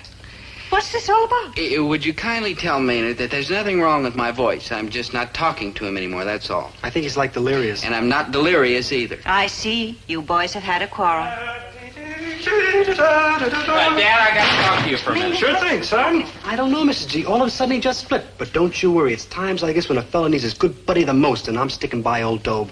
And before you say one word, son, I want you to remember that I was a boy once myself. Now, what's your trouble? Short? Yes, sir. How much do you need? I happen to be in a benevolent mood. 2 bits, 4 bits, 6 bits? $41.37. Yeah, what'd you say, boy? I said I needed $41.37. You know, Winnie, I think you're right. I better go see an ear doctor. I swear that Dobie just said he needed $41.37, and that's exactly what he did. So what's the matter with you? Have you tossed your toupee completely? Now, Herbert. I've got to have it, Dad. You gotta have it. What are you gonna do with it? Corner the gold market? I can't tell you, Dad. I just need it. It's okay, Mr. G. He's like delirious. Yeah, I'll pay you back out of my wages. Out of your wages? Boy, you are into me now, down until the last part of the 23rd century. Now, Herbert, if the boy has got to have the money, he has got to have the money. And if the man who invented the English language had left out 2 little words, I would be a rich man today. 2 crummy little words. Now, Herbert. Them's the words. Now, Herbert, you're gonna now Herbert me into the poorhouse. A boy would not ask you for the money if he didn't need it. Can't you see that this is serious? Serious, huh? Well, $41.37 is no laughing matter either, you know. $41.37? Such an odd amount. There's a lot of it going around. $41.37. Oh, thanks, Dad. Think nothing of it. It's just my life's blood. You're a fine man, Herbert. That's what you are. No, I am a fine man who is completely out of his skull. That's what I am. Well, I've got to go now, and thanks again. Well, I gotta go now, so thanks again. Send us a card for Monte Carlo, sports. Oh, boy. If I ain't the softest touch this side of the Jolly Ranch, I'll put in with you. Now, Herbert. There it is again, Minnie. Cut that out, girl. This is Maynard G. Krebs. Today a name, tomorrow perhaps a number. Unless desperate measures are taken, and quickly. Poor Maynard. He certainly doesn't look like a criminal. He looks more like a... Well, he's my friend. He's in enough trouble already without going into that. But somehow, somewhere, he took a wrong turn or something snapped in his head. And it's up to me to save him.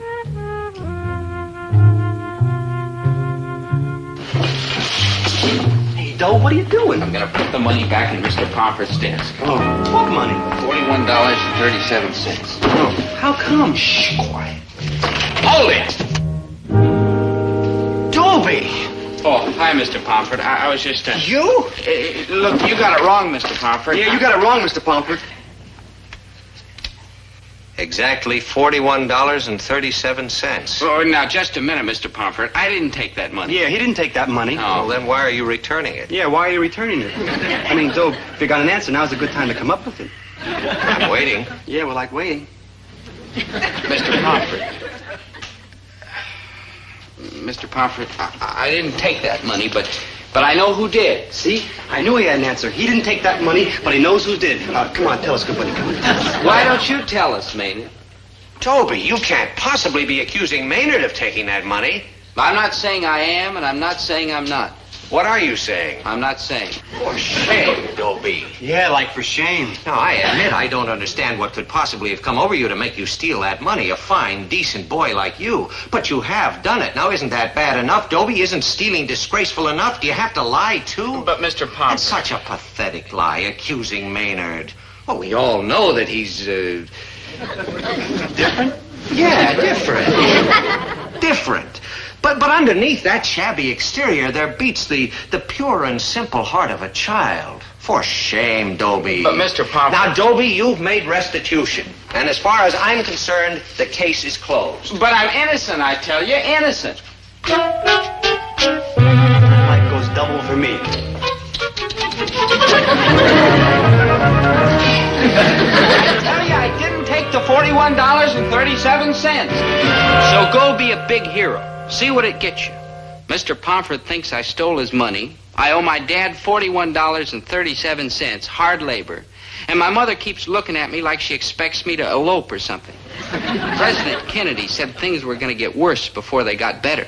But I didn't know he was referring directly to me. Like, hi, Doe, you notice anything different about me? Maynard, go away. I'll give you a hint. Look at my feet.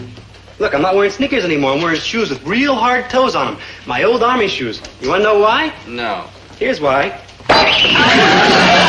I'll tell you what that's for. That's for being mean and rotten enough to steal from a nice man like Mr. Pomfret. Oh, man, you're sunk pretty low on the human scale. I mean, you're down there at the bottom of the ocean with them wriggly, squiggly jellyfish who do nothing but sit around all day and steal oysters from each other. Oh, there you are, Dobie. Oh, Mr. Pomfret. Now, hold on just a minute, Dobie. I've got something to say to you. So have I. I didn't take your money. Of course you didn't. I realize that now. Oh, gee, Mr. Pomfret, you've certainly taken It wasn't a load the off. real you that took that money. It was just somebody who looks like you. He doesn't look too much like me. Think of it. I do notice a certain cruelty around the eyes, a certain ruthlessness about Look, that I'm jawline. talking about my ex-friend Maynard G. Krebs, boy crook. Please, Dobie. I happen to know that Maynard is taking this very hard, and so am I. I confess I didn't sleep a wink last night. I just lay there and wondered what could drive a nice boy like you to a life of crime. Well, stop wondering, Mr. Pomfret. If you listen to what I write have at to home, Dobie? Fine, Mr. Pomfret. Look, Yeah, what your I parents want- get along all right? Great, Mr. Pomfret. There's Look, no frictions, resentments, subconscious everything's rivalry. fine at home. Great, grand, wonderful, since... Hyper-defensive. Immediate hostility at the mention of home life. Yes, please, Mr. Pomfret. All I wanted to do... Don't worry, Dobie. If you can be saved, we'll save you.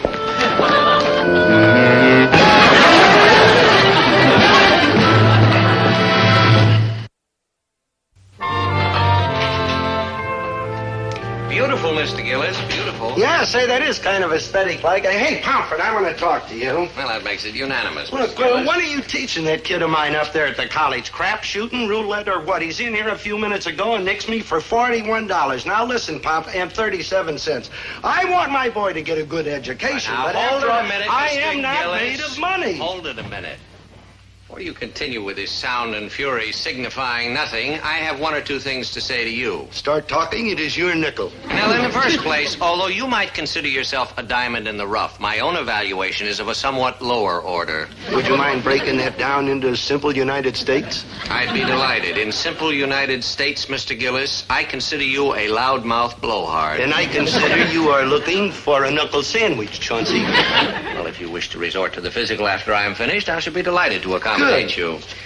Although it's been several years since I was intercollegiate middleweight champion. Middleweight champion? And now, where was I? Loudmouth blowhard. A loudmouth blowhard who has finally driven his son right smack over the brink. Brink? Brink? Who's driven Dobie to the brink of what? Oh, I'm sorry, Mrs. Gillis. That wasn't meant for your ears. Herbert, what is he talking about? Ooh, yeah, Pomfrey, what are you talking about? Let's have it. Well, several days ago, a sum of money was stolen from my desk. And although your son still claims he's innocent, there's no doubt that he was responsible. Dobie? Steal? Look, middleweight champ or not, you are coaxing a knuckle-infested upper plate, boy. He is innocent. I know my son. He could never be a thief. Look, Mrs. Gillis, I'm just as surprised as you are. Why, I've always regarded Dobie as a nice, decent, honest boy. And you can bet your boots that is just what he is. But the mind is a strange and unexplored thing. Psychological history is full of cases of boys who one day were decent, normal, law-abiding, and then suddenly, wham, without warning, overnight they're criminals. And where does it come from? Nobody knows. Hidden repressions, environment, perhaps a criminal streak in the family. I always knew that criminal streak in your family would show up someday. Now, just a darn minute. In the first place, there is no criminal streak in my family. And in the second place, it ain't due to show up for 2 more generations. Are you sure there isn't some mistake? No, I'm afraid not. I caught him trying to replace the $41.37 in my desk. $41.37. That's what he wanted with it, huh? But don't forget, I caught him trying to replace that money. The boy can still be saved. But why would he do it? Why? Well, I don't want to be blunt, but in 9 cases out of 10, these things can be traced right back to the home. The home? Winnie, that's you? No, Mr. Gillis, I'm afraid that's you. Me? Certainly. How long has it been since you've actually communicated with your son, spent a day with him, had a good old father and son roughhouse? Oh, roughhouse. I gave him a slight clap on the ear just last week. He was stacking the sauerkraut in with the canned peaches. You've been too hard on the boy. Oh, Winnie, I'm all shook up. I don't know what to say. Just say that you'll try to be a buddy to your son, Mr. Gillis. Win back his affection. That I will, Pompey, and thanks. Thank you, Mr. Gillis. No, and, I said a few words in anger. No, forget it. A little straight talk between friends never hurt anybody. Mr. Gillis, you're a gentleman and a grocer. Now, Herbert, when Dobie comes home... Winnie, don't worry about a thing. I am going to win back that boy's affection if I have to break every bone in his head. That is not exactly what And Mr. that is Pomfrey not said. exactly what I mean either, Winnie. I mean, I'm going to be a father to that boy. You watch and see. Things are going to be just like they were when he was just a little shaver running with it. Dobie, my boy! Hey. Oh, come on in here, boy. I'm out here to see you. Dad, what are you doing? Oh, just a little old-fashioned roughhouse. Hey, you used to love this sort of thing, remember? Hey, how about that? How about that for a hold? There's still a lot of pepper in the old man, ain't there? I don't like to interfere, dear, but I think you're strangling the boy. Oh, don't want a roughhouse, huh? Your dad's just trying to make a buddy of you, dear. Oh, well, gee, that's swell, Dad. Hey, I got it. Got what? Look, we're going to close up the store right now, and guess what? What? Give me your hand, son. You and I are going to the zoo. Yes, sir. We'll have ice cream and popcorn and pink lemonade, Dad, peanuts and... Dad, please listen. They tore down the zoo. They tore it down? Yeah. Oh, well, who needs an old zoo anyway? We'll have a lot of fun right here. Hey, remember this? Dad, what are you doing now? Play horsey-back. Dad, I'm a college student and a veteran. You always used to like to play horsey-back.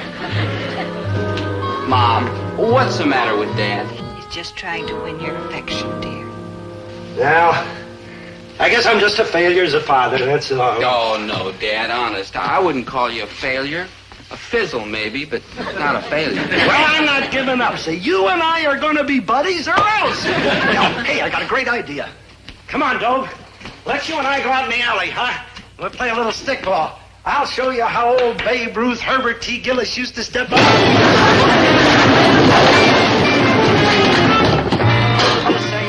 I'm going up and along. I'll help you.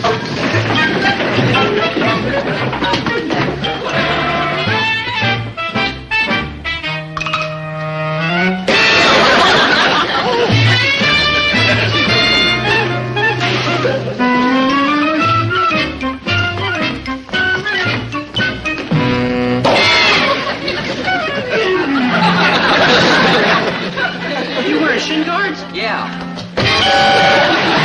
You were? Man, that's smart. That's what you get for being a no-good rat. Oh, no, Dobe. You're the no-good rat. You took Mr. Pomfret's money, remember? Maynard, enough. You might be able to fool Mr. Pomfret, but it's no use trying to fool me. Oh, are you, like, confused? Not anymore, Maynard. I used to be confused when I thought you were a good guy. But I sure found out better. First you steal Mr. Pomfret's money, and then you let me take the blame. Boy, I sure hope you got your fingers crossed, cause you just owe the biggest whopper in the history of the world. Well, coming from you, that's a compliment, because you're the grand champion of all time. A squirrel walked up and gave you $41.37. You're wrong, Dobie. Didn't walk. He like hippity-hopped. Like that. Like what? Like that.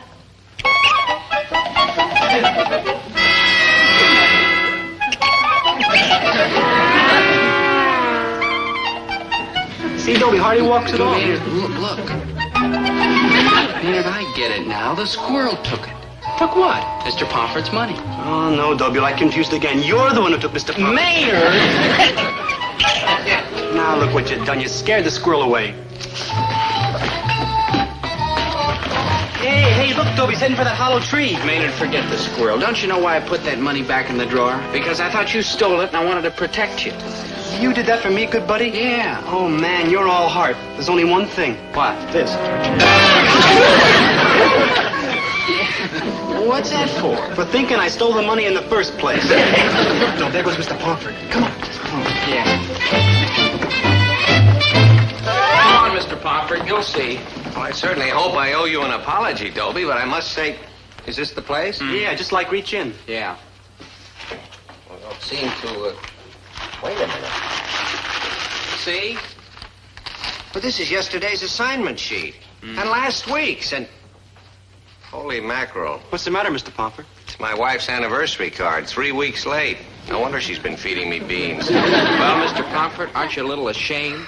Of what? Of jumping at conclusions and calling me a thief. How about you jumping at conclusions and calling me a thief? Well, how about you? You jumped at conclusions and you called me a thief, and you kicked me, too. Let's face it, boys. We all jumped at conclusions. Now, let that be a lesson to us. Look before we leap. That's right. All that glitters is not gold. That's right. Stuff a cold and starve a fever. Mr. Gillis, we've both done your son a terrible injustice. Yes, terrible. What was that? What did he say? Mrs. Gillis, your son is innocent of any wrongdoing. I'm afraid I've misjudged him greatly. I knew my Dobie couldn't steal anything. And so did I. And so did I. And so did I. Way down deep.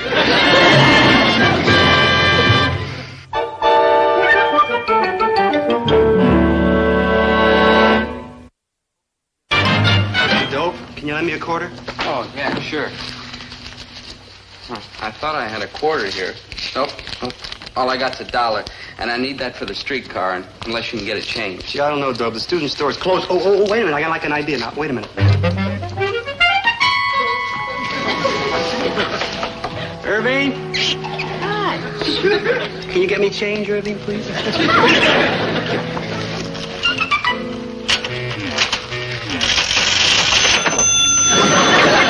on, Irving.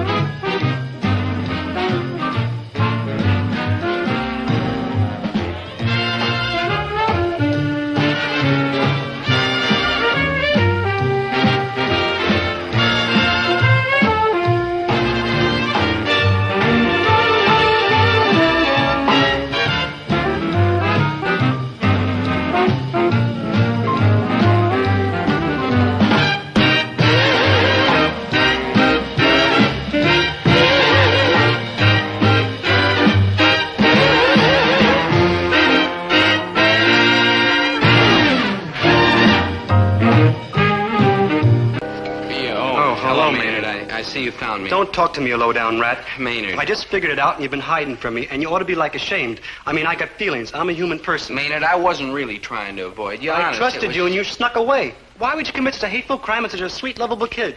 Man, oh, man, what a dumbhead question. What's her name? Lila Watkins. And wait till you see her, Maynard. She's exquisite. A princess, a duchess, an empress, a queen. A royal highnessship like that hacking around with a common cat like you, Dobe? No offense. And no offense, Maynard, and she is. She's got a job babysitting for one of the students, and I'm going to keep her company. Uh-oh. Watch it, Dobe.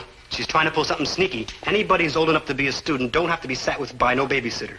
Except you. Except me. I went the last year. Ah, there you are, Lila, my great tawny animal. Gee, I'm sorry I'm late. Have you been waiting long? Nope, I just got here. Lila, my angel, this is my friend Maynard G. Krebs, and he was just leaving. I was? You was. Okay. I wonder how you knew I was leaving. I mean, I didn't even know I was leaving. Ooh, what an age we live in. I'm afraid it won't be much of a date for us tonight, Dobie. I mean, babysitting in a crowded little apartment, just the two of us. Well, what do we do? Somehow, my dear, I'm pretty sure I'll think of something. 14.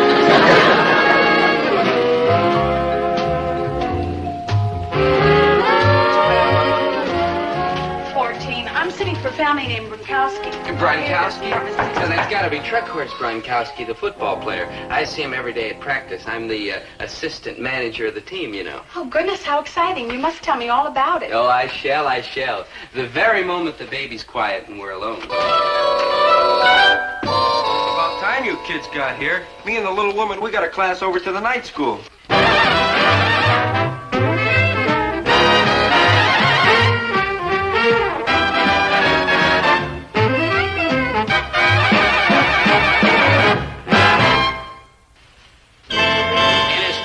Career, Truck Horse Brankowski's wrecked a lot of things. Tackles, guards, centers. Once an entire goalpost had got in his way, including the concrete foundation. But he wasn't going to wreck my unwreckable romance with Lila.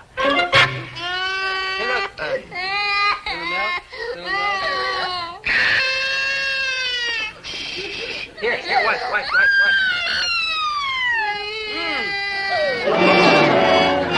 Yep, it was a tough fight.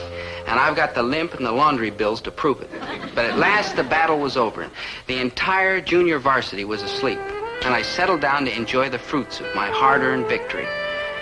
Almost. Orville, he's coming down with the sniffles. I know it. Orville? Orville. Oh, him, yeah. All of a sudden, I remember how he sneezed twice this morning, right in the middle of the War of 1812. The War of 1812? That's what we were studying in the night school class, and I remembered about the sneezing. Yeah. Daddy's coming, Orville. Hold that line there, boy.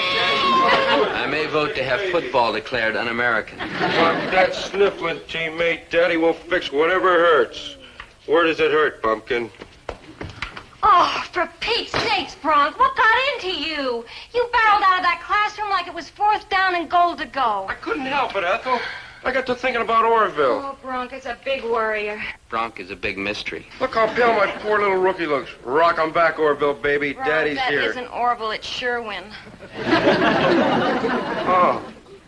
Well, Sherwin don't look too good either.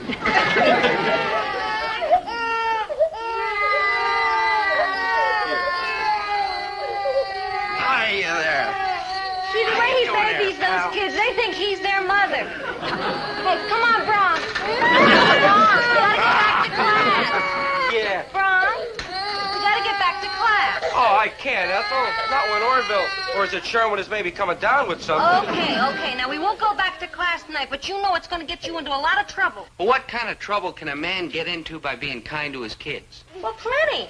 If he keeps fussing about the kids instead of paying more attention to his classwork and football, he is going to get tossed out on his ear. And it'll be goodbye college, hello coal mine. Yeah. I'd hate to go back to digging, but the way I look at it, I got a responsibility to my squad here. Well, I brought them into this world, with your help, of course, my dear. And I've got to see that they're taken care of right. I sure don't want to give up school. I want to graduate and be a coach. But if it's a toss-up between getting my degree and watching out for my kids, well, the kids win without even taking off their sweatshirts. What's the use talking? I'll never graduate anyhow. What kind of quitter's talk is that? Truck Horse Brankowski never gives up. Too late. I've been so busy, I missed playing in 3 games already this season. If I miss one more, Coach Murdoch is going to toss me off the team, and I'll be out of school for sure. Dobie, it'd be such a terrible loss if Bronk didn't graduate and get to be a coach. Can't we do something to help? We can sure try. I'm going to talk to Coach Murdoch. He's a rough, tough customer, but he doesn't scare me. Get out of here, Gillis, before I stuff you and serve you up to the team as a tackling dummy. Coach, I'm just asking you to give poor Bronkowski a break, please. Be reasonable, sir. No. Maybe we ought to explain to the coach what reasonable means. Your coachmanship, the word reason... Krabs. Your footballship? You're second assistant to the assistant manager of the team, right? Like right, and proud and honored to serve your good ironship. One more bright crack out of you, and I'll have your job. Understand? You ain't going to be happy with it when you get it. It's an awful miserable job. Krabs. But if you're a little hard set on it, you can have it right now. Here's my water bucket. Your pigskinship. Only good manners. And my contract with the school is keeping me from tearing you to pieces. Now get out! Out! Sportsmanship. But what about Bronkowski, sir? He's a wonderful fella. Give him a chance to graduate and become a coach. He's a great guy, but rules are rules. He's already missed playing in 3 games. One more, and I got to throw him off the team. It's in the book. But he only missed those games because he was so busy taking care of his family. I'd do anything I could to help him.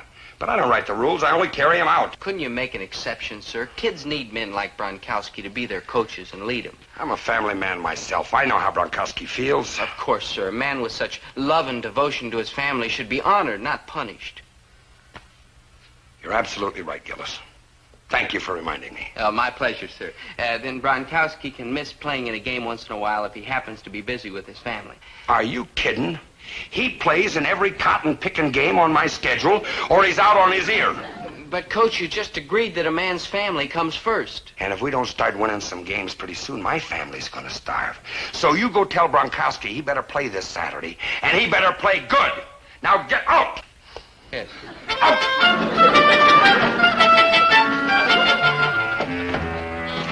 Good ironship. Now what? You keep the bucket. You deserve Now, the way I see it, we've got to make sure that Bronk goes to all his classes and plays in all the remaining games, starting with this Saturday. I've got a smashing idea. We could all help around the apartment. That should lift a big load off his mind. Hey, we sure could, couldn't we, Maynard? Yeah, you sure could. Maynard. We also means you. I got to work up a faster getaway. There's one other thing we can do. Try to talk my father into giving the Bronkowskis a discount on their groceries. And mentioning my father and a discount in the same breath is a sign of a weak mind, and I withdraw the suggestion. Why, Dobie? I don't understand. Well, I don't know exactly how to put it. Put it? I know exactly how to put it. Your father's a tightwad is how to put it. Maynard, please. Dobie, your father couldn't be so cheap that he refused to help people like the Bronkowskis. You're a new girl in town, ain't you? Now, wait a minute. Let's be fair. Maybe when the facts are presented to him, Dad'll fool us all and be real eager to help. Help? Sure, son. I'll be happy to help any deserving young friend of yours who's working his way through college and supporting his family. What can I do? Give him all his groceries at a discount. What is the matter with these kids nowadays? Don't they know how to hang on to a bug? You're all heart, Mr. G. Look, I had to work hard for everything I got in life. I didn't have any open-handed father named Generous T. Gillis like some kids I know, and I won't embarrass you by mentioning his name, Dobie, who get paid $1.50 an hour just to stand around the store and look like he's working. Dad, I've got calluses on my hands from working so hard. The salary's 75 cents an hour, and you haven't paid me a penny of it since last Christmas. Details. It's principle I'm interested in. Well, there goes another sensational idea gurgling down the drain. Maynard, poor Bronkowski. How come you didn't tell your father was Bronkowski? No, I was afraid he'd be embarrassed if everybody knew he was temporarily short of money. Why? I don't get embarrassed, and everybody knows I'm permanently short of money. I promised Mrs. Bronkowski I'd pick up some baby supplies for her. I guess we'll just have to pay for him at Dad's regular prices, and there goes my salary till next Christmas. Dad, I want to talk to you. What about them groceries for that friend of yours? Yeah. I ain't talking. No, we'll pay the regular prices. Cash? Cash. I'm talking. And, son, I am happy that you decided not to argue with me because, you know, I'm known in this neighborhood as a hard head. No, Mr. G. What you're known around this neighborhood is... Maynard. Help me with this shopping. Now, let's see. We'll need 20 packaged diapers, 6 cans of talcum powder, and 4 bottles of baby oil. That'll do it, Dad. How much do we... $12.32, and don't bother checking the cash register. I can outsmart it every day of the week. Son, I know it's none of my business, but how come you're buying all of this baby stuff? Baby oil, diapers, talcum. What do you mean it's none of my business? Whose business is it if it isn't a father's? What, Dad? What's the name of this fellow you're supposed to be buying all this stuff for? Well, what's the difference, Dad? You wouldn't know him. Try me. Yeah, Try me. I'd rather not. Uh-huh. I don't mind telling you, Mr. G, he's Maynard. a stranger. Stranger? Irving W. Stranger. All right, you smarties. Winnie! Winnie! Winnie! Winnie! Gee, Dad, I did forget something. I'll take a couple of dozen baby bottles. Herbert, what's wrong? You were yelling so loud I thought the store was on fire. Oh, I wish that all it was, Winnie, because we got insurance for that. Listen. No. Yeah, I'd better take a couple of bottle warmers. I rest my case. Herbert, will you stop this? You're jumping to ridiculous conclusions. There's probably some perfectly simple explanation for the whole thing. I've heard about these runaway marriages, but who'd ever think Dobie would do it to us? And a baby. Gee, I think I'd better take a couple of dozen cans of strained baby food, too, Dad. See, you're scared, too. No, I am not. Dobie, I want to talk to you. Yes, Ma?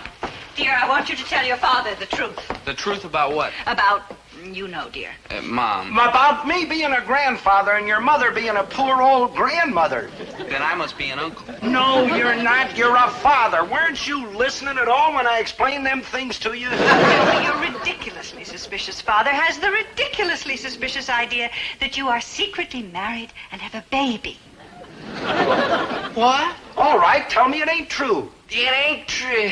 It isn't true. Mom, Dad, what's the matter with you? Of course I'm not secretly married. Of course I'm not a father. I knew it. I knew it. Yeah, well, what about all them diapers and baby food and cotton and stuff that you haven't paid for? Dad, I've been trying to tell you. They're for this friend of mine, Bronkowski. I didn't want to let his name out. Bronkowski. There is a phony name for a phony story if I ever heard one. The only Bronkowski I know is a football player. And I read in the paper where he's working his way through college while supporting a wife and a whole brood of kids. And oh, what a miserable wretch I am. Dobie, can you ever forgive me for not trusting you? Oh, sure, Dad. I am such a loudmouth. I hate myself when I go off the deep end like this. Who don't? Dad, what about the discount for Bronkowski? What could be more important for kids than having coaches and teachers who'll set a good example for them? Well, in high school, if I had a coach like him, I'd be even straighter, sturdier, in the pink little chap than I am now. But that sounds impossible, don't it? It would be a fine, generous act, dear.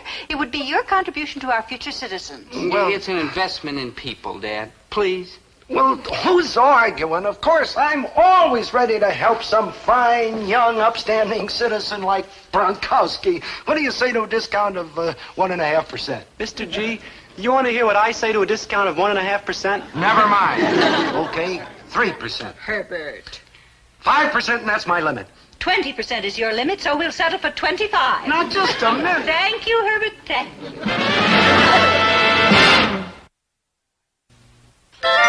I feel all warm here inside, and you can't blame me.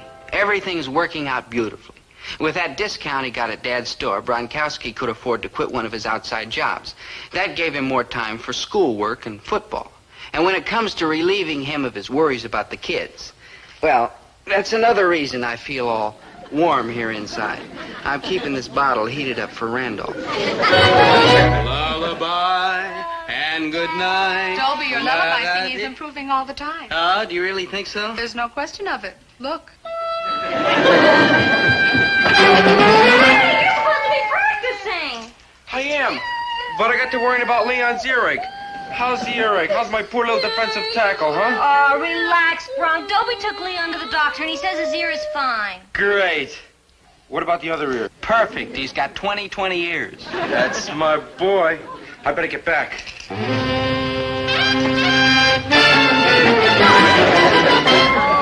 I'd sure love to see him play someday. You've never seen him play? Well, only on the television. You know, with the kids and everything. I never get a chance to go to the stadium. Well, you're gonna get there tomorrow, and so are the kids. I'll have Dad pick you up in the truck. Really? You mean it? Mm-hmm. Oh, boy, wait till Bronk hears about this. Maybe you'd better not tell him until the game's over. Yeah, if he knows the kids are up there, he'll keep running up in the stands to burp them.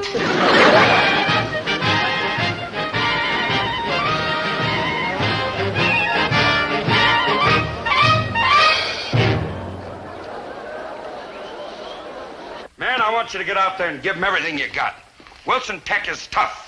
But if we play with guts and determination, victory will belong to S. Peter Pryor Iguanas. Boola-boola, boola-boola, boola-boo.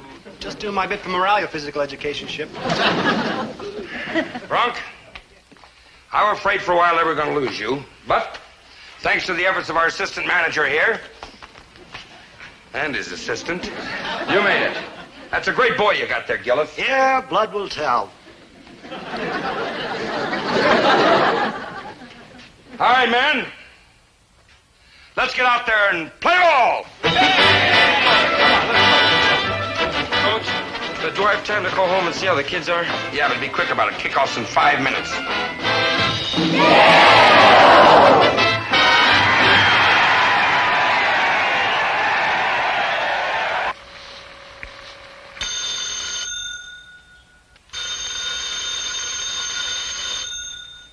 Hey, something's wrong.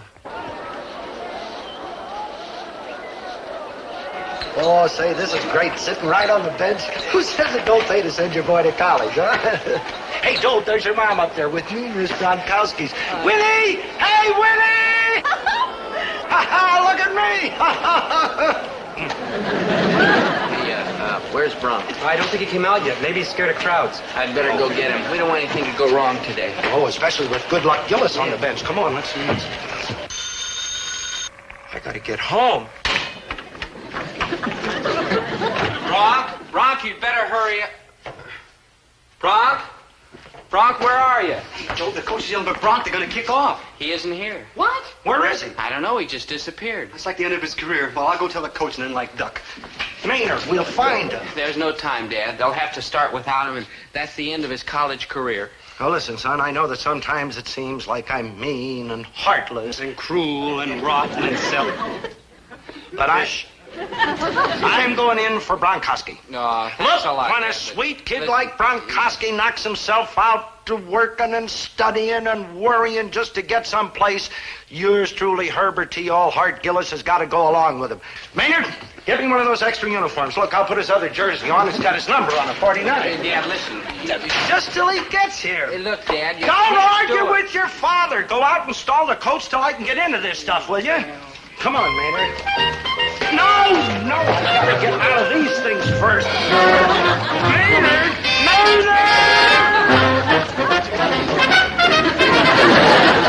Now, this afternoon, team, I want you to do something entirely new. Win! All right, this is it, man. Now go out there and get him. All right, let's go. Come on, go.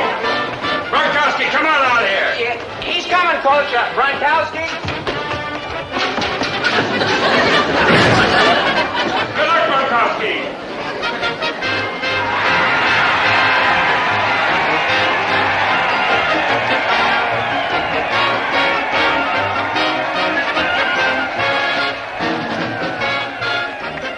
We'll get away with it, I'm sure.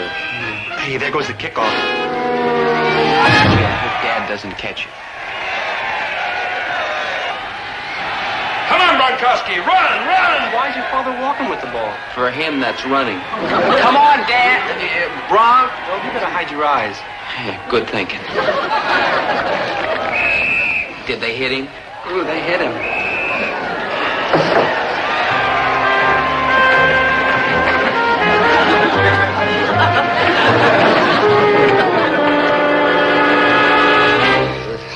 Here, Dad, smell this.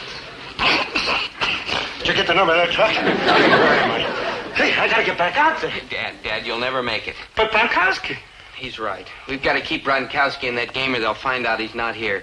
I'm going into that game and take Gronkowski's place. Oh, come now. Maynard. Look, when a sweet kid like Gronkowski knocks himself out working and studying and worrying... I said that already. Get in the game. Wilson Tech Tigers have a fumble and straight down the field for a touchdown. Things look Where bad. is everybody? They've lost their star player. Even got the TV on. 49 is coming back in the field. Yes, it's Gronkowski. Gronkowski? I'm Gronkowski. All right, Gronkowski's fading back to pass. No, now he's running. He fumbles the ball and recovers. The crowd's going wild.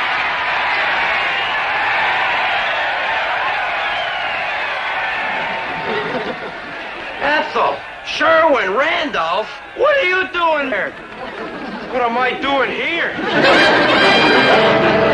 right, boy, take a nice big whiff of this. That's it. Oh, you're going to be all right, son. Oh, did anybody get the number of that truck? How'd I do? Crazy, man. You lost 93 yards. Any sign of Bronkowski? Not yet. Give me the uniform. Maynard, you? Look, when a sweet kid like Bronkowski knocks himself out working... Maynard, we already said that. Yeah, and I said it first. Put on the suit and get out there already.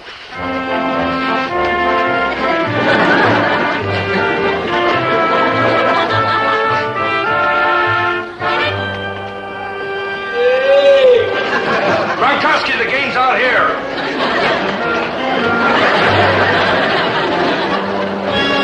Bronkowski, you can't go back in that condition. He must be made of iron. But look at him, he's losing weight on every plane.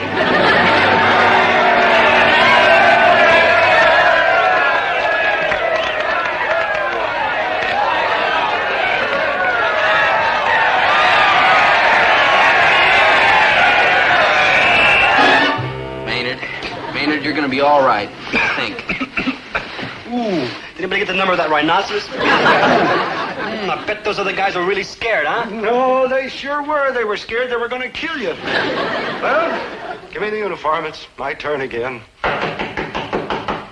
Sorry, no one's allowed in the locker room during the game. Take it easy, boy. We'll take care of you. There you are. Ooh, get up there. Come on, boys. There. That's good. Oh, boy. Okay. There's something fishy going on around here, and I'm going to find out what it is. Bronkowski.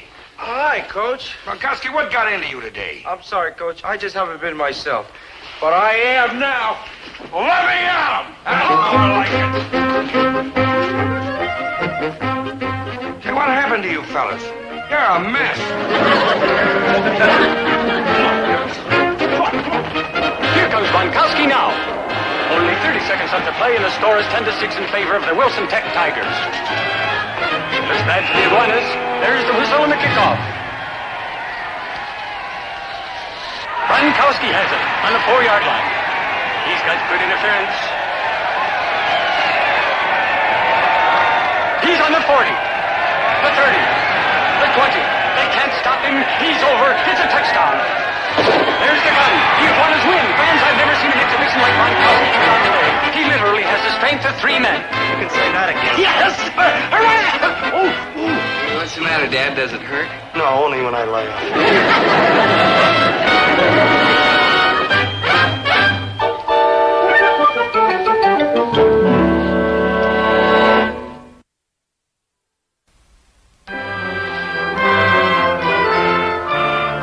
It just don't feel natural without a number on the back. Nobody's going to need a number to identify you at that graduation tonight, Bronk. You're beautiful. Ah, cut it out. Well, there wouldn't be any graduation, Dobie, or that new coaching job that Bronx starts on next week if it hadn't been for you kids. Oh, you kids were wonderful, both of you. Yeah, cut it out. Bronx, they'll be graduating without you if you don't get a move on. It's almost 8 o'clock. Oh, yeah. I put the kids to sleep so good you won't have nothing to do all evening but sit on the sofa. Oh, wonderful. That's just what we've been waiting for. Oh, no, I didn't mean it that way. Oh, honey, relax. I was young once myself. I think. Listen, Bronk, I don't think I'm going to go to the graduation. I mean, I think I ought to stay home. What's the matter, sweetie? Something hurt you? Huh? No, it's not like that. It's just that What are you trying to tell me? Does this answer your question? You just told me. Oh, boy. Another fullback. Or maybe a couple of defensive ends. Dare I hope for an entire backfield?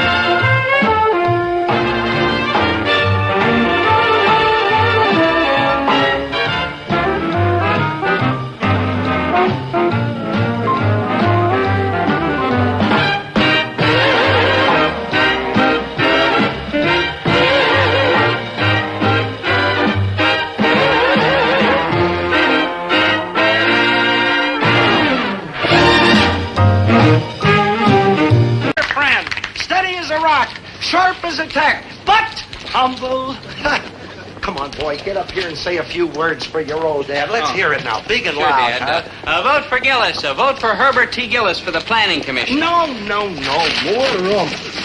Stir 'em up, shock 'em. Listen to the old pro. A vote for Herbert T. Gillis is a vote against his opponent, Cheever. Cheever is a rascal. Cheever is a scoundrel. Dad, are you sure this Mr. Cheever's such a rascal and a scoundrel? I've heard he's He's kind of against me, ain't he? Cheever's a rascal. Cheever's a scoundrel. Here, voters, read all about Herbert T. Gillis, the honest, decent candidate, and his opponent, George J. Cheever, the rascal and scoundrel. Voters... Keep talking, boy. What are you stopping for? No, with a stupid question. Where is she? Where are you going? Hello there, little lady. Here to learn about the fascinating world of politics? Sounds exciting. Oh, it is. And happily you've come to exactly the right person. I'd be delighted to teach you everything I can. It may take hours far, far into the night, but I shall tell you all about honest, upright candidates like Herbert T. Gillis and rascals and scoundrels like his low-down opponent, George J. Cheever. You will? Mais oui, mon petit. You see, I happen to be an eminent authority on the subject. I'm the upright candidate's son, Dobie Gillis. And I am the rascal and scoundrel's daughter, Betty Jane Cheever.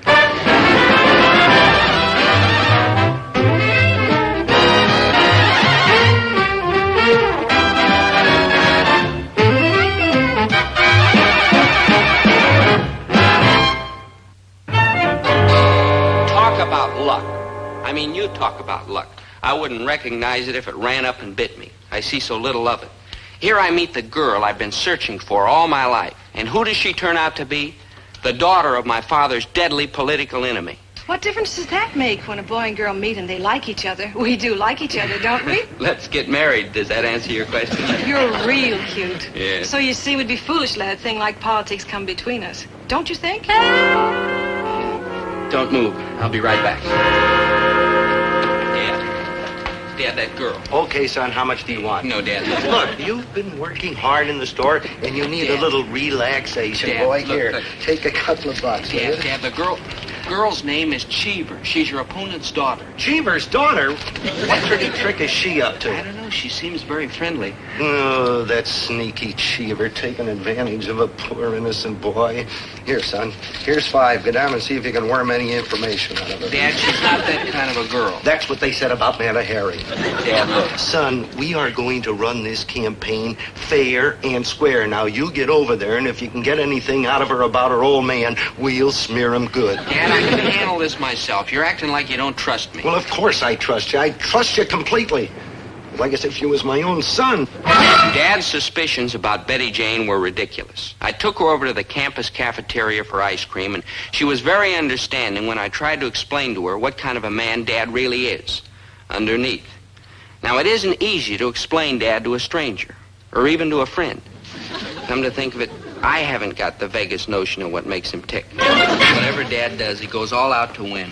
My father's an entirely different sort of man. He's a librarian, quiet and reserved. He doesn't seem to enjoy getting out and arguing with people like your father seems to. Gee, he doesn't sound like the kind of man you'd expect to see running for office. He isn't. He's only running because he feels so strongly about Proposition E. Proposition who? Proposition E. You know, the bill to tear down those horrible old tenement buildings on the north side so that they can put up beautiful new schools and parks and playgrounds. Oh, that Proposition E. I can't believe your father hasn't taken some stand on it. Betty Jane, I know my father, and believe me, I can believe it. Dobie, I would hate to see the election come between us, but how can your father run for public office if he isn't simply crammed full of information on all the facts and issues? Facts? Issues? I ignore them. Well, what about Proposition E? Proposition who? Betty Jane was right. You don't have any interest in the basic questions of this election. I knew we'd have trouble with Cheever. I'm going to have him brought up on charges of premeditated arson or something. Yeah, you don't know anything about Proposition E, do you? I don't have to. I'm in politics now. A miserable scheme, Herb. Some crack-brained notion they got to tear down the whole north side. Mulcahy, you got to be kidding. The north side? Why, that's the oldest neighborhood in town. Dad, it's a slum. It is not. Some of our biggest industries have their factories over there. The Snappy Buggy Whip Company, Sanitary Whippletrees Incorporated, Race About Electric Car Corporation. I was born in that neighborhood. And you was too, Herb. Right, why them time-honored old buildings may be not too fancy, no deluxe trimmings. Like plumbing? Never mind. So they ain't got the latest facilities. But it's neighborhoods like that that build character. Why, some of them grand old buildings been standing there over 150 years, and to tear them down would be sheer waste and destruction. And I go on record as being strongly and logically opposed to Proposition E. In that case, Dad, I don't know if I can support you. You what? You can't expect me to support you just because you're my father. Why not? I support you just because you're my son. Shame on you, Herbert. Instead of being angry with Dobie, you ought to be proud that he wants to be an independent voter. Well, maybe you're right, Winnie. Son, I'm sorry I yapped at you. I keep forgetting you're not like the general run of voters, empty-headed, vacuum-brained, lost in a fog. You rang? I mean... Like hi, Mr. M, like hi, Mr. G, like hi, Dob G, like hi, Mrs. G. Hello, dear.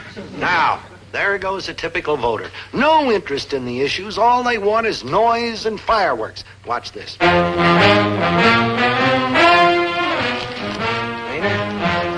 They're going to tear down the north side. Oh, woe is me. The old and wonderful historical North Side. Like a lass in a lack. Why, certainly. That neighborhood isn't just houses and buildings and streets. Hands off the north side, I say. Hands off the north side, I say. Tradition, history, memories. Hands off the north side. Right, and they want to tear it down. Are we going to let them? Hands off the north side. Right, hands off the north side. Mr. G. What? Where's the north side? What's the matter with you? It's that neighborhood right up there on River Street. Oh, yeah, the slums. Wait a minute, Maynard. That ain't the slums. Certainly not. It's neighborhoods like that that build character, prepare you for the battle of life, toughen you up, forge you into steel. Hands off tradition, I say. No, Dad. Betty Jane showed me that it's important to understand what a candidate stands for. It's something I should have figured out for myself.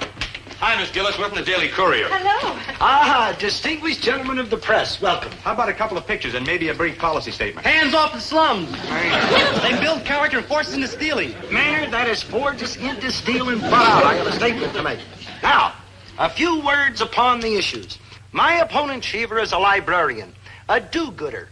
What experience does he have to face the cold, hard facts of life? None.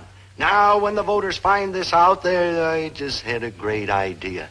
Let us debate the issues on television. Let the voters decide whether they want a namby-pamby thinker or a two-fisted go-getter. And if Cheever is half the man Herbert T. Gillis is, he won't never refuse no challenge. Okay, Mr. Gillis, we'll straighten out the grammar and print your challenge in the morning edition. Now, how about a little family picture? Mrs. Gillis, want to stand over here next to your husband? I'm Mulcahy, the candidate's Lot's brother and also his campaign manager. I'm Manny G. Krebs, and I'm for the slums. Well, wait a minute, who are you?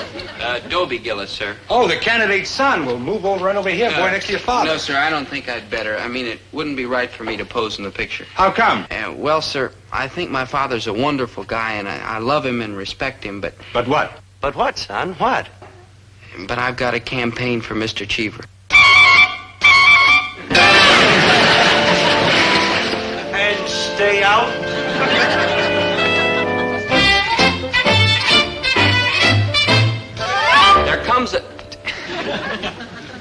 There comes a time when a fella's got to stand up for his principles. When Dad refused to even listen to those principles and threw me out, well, it hurt my pride. It hurt my self-respect. It hurt.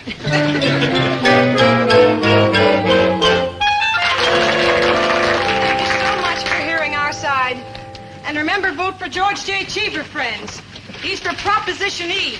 He's a man of principle, he knows the issues, and he knows the facts. Not so loud, dear. We don't want to disturb the people who live around here. Daddy, we've got to let everybody know what this campaign is all about. We're in a rough, tough election. You can't just... Oh, hi, Dobie. Hi, Betty Jane.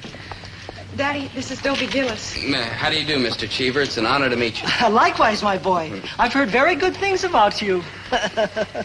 Yes, very good things from Betty Jane. Oh, Daddy. Oh, I must have said the wrong thing again, but then I usually do. No, you don't, sir. At least not about the issues in this campaign. That's why I've come to volunteer whatever help I can give. I'm for Proposition E, and I'm for you. Well, that's terribly kind of you, Dobie. But what about your father? What does he think of this? My father and I aren't talking. I've just moved out of the house. By request. Now, what can I do to help your campaign, Mr. Cheever? Just name it. Dobie, I'm grateful for your support, but I won't let the election come between you and your father. Well, Dad just doesn't understand. Well, have you tried to explain this to him? Sure. I mean, really explain? Well... Well, try it, my boy. Elections and issues are important, certainly, and a young man's enthusiasm is exciting to behold. But none of these things compares even slightly to the bond between a father and a son. Daddy's right, Dobie. Don't turn your back on your father till you've had a chance to discuss this with him calmly and quietly. I'm sure you'll listen to your explanation with an open mind. He's a fair man. Sure, I'll listen to your explanation with an open mind. I'm a fair man. Thanks, Dad. I was hoping you'd feel that way. Sure, so start talking, Benedict Arnold. Herbert, you said you'd be fair. Okay, I'm fair. Explain already. Now, in the Why first place... did you do it, son? Why? Have I been a cruel father? Have I been mean to you? Herbert, let him explain. Who's stopping him? Explain already. You see, Dad... You'd think that I didn't do everything I could to make you happy. Herbert, let him explain. Explain. Dad, I've met Mr. Cheever, and you're 100 times better candidate than he is. Huh? Absolutely. He's drab and dull. You're colorful and dashing. He's timid and shy. You're dynamic and forceful.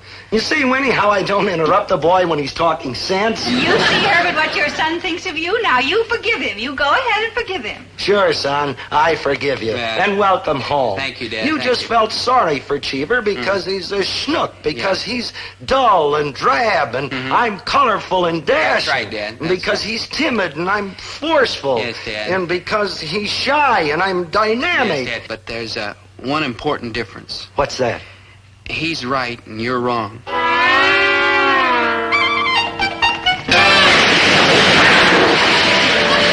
And I mean, stay out.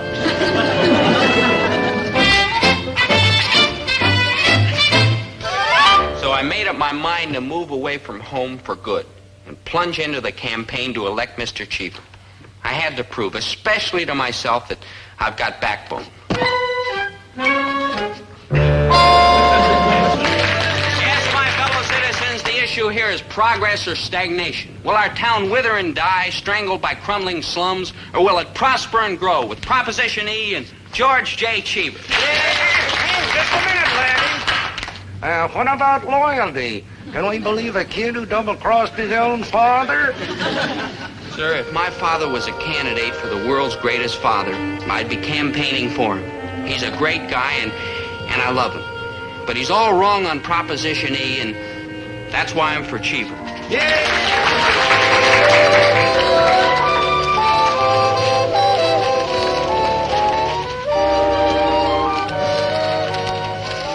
Hi, Dad. Like hi, Mr. G. Beard's the most, huh? The election campaign went on hot and heavy, in parks and auditoriums and on street corners. Thank you, fellow citizens and fans of good government.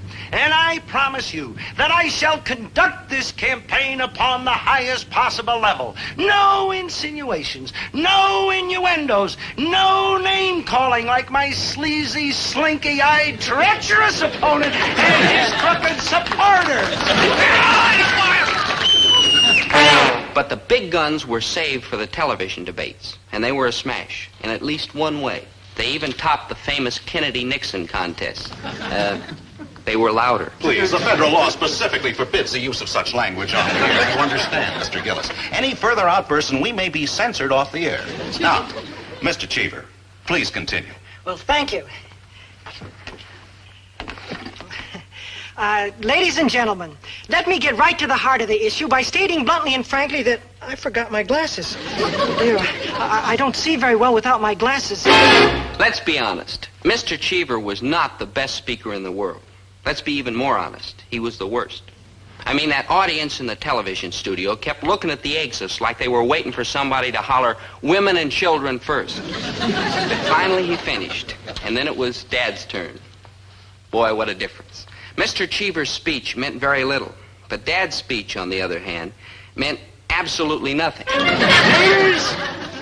Have we lost the pioneer spirit? Do we need facts and figures to tell us what is right? I say no. Mr. Cheever wants to do away with the North Side because it's getting old. Maybe our wives are getting old, too. But do we want to do away with them? No, because we still love them, and they bring back fond memories. And so I shall fight to the death to preserve my right not to throw away my old wife or the old North Side. Did you hear that double talk and gibberish? You can imagine how the audience reacted to it.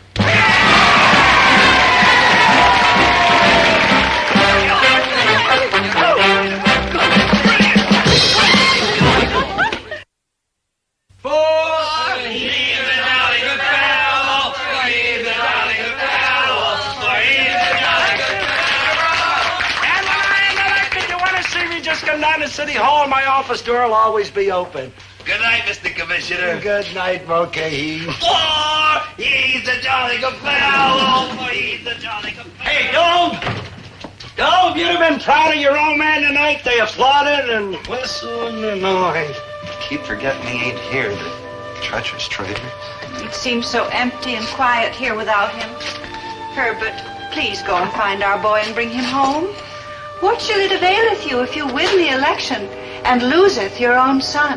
You know how much I'd like to do it, Winnie, but I just can't. Herbert, there isn't anything that you can't if it will hold our family together. Please go and find him. You're right, Winnie. No sacrifice is too great for our boy. I'll start first thing in the morning. Thank you, dear, thank you.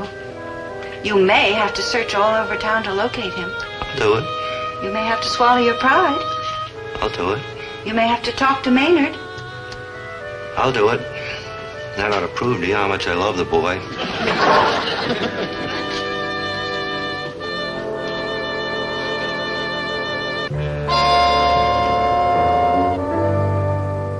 Vote for Cheever, folks. Vote for Cheever.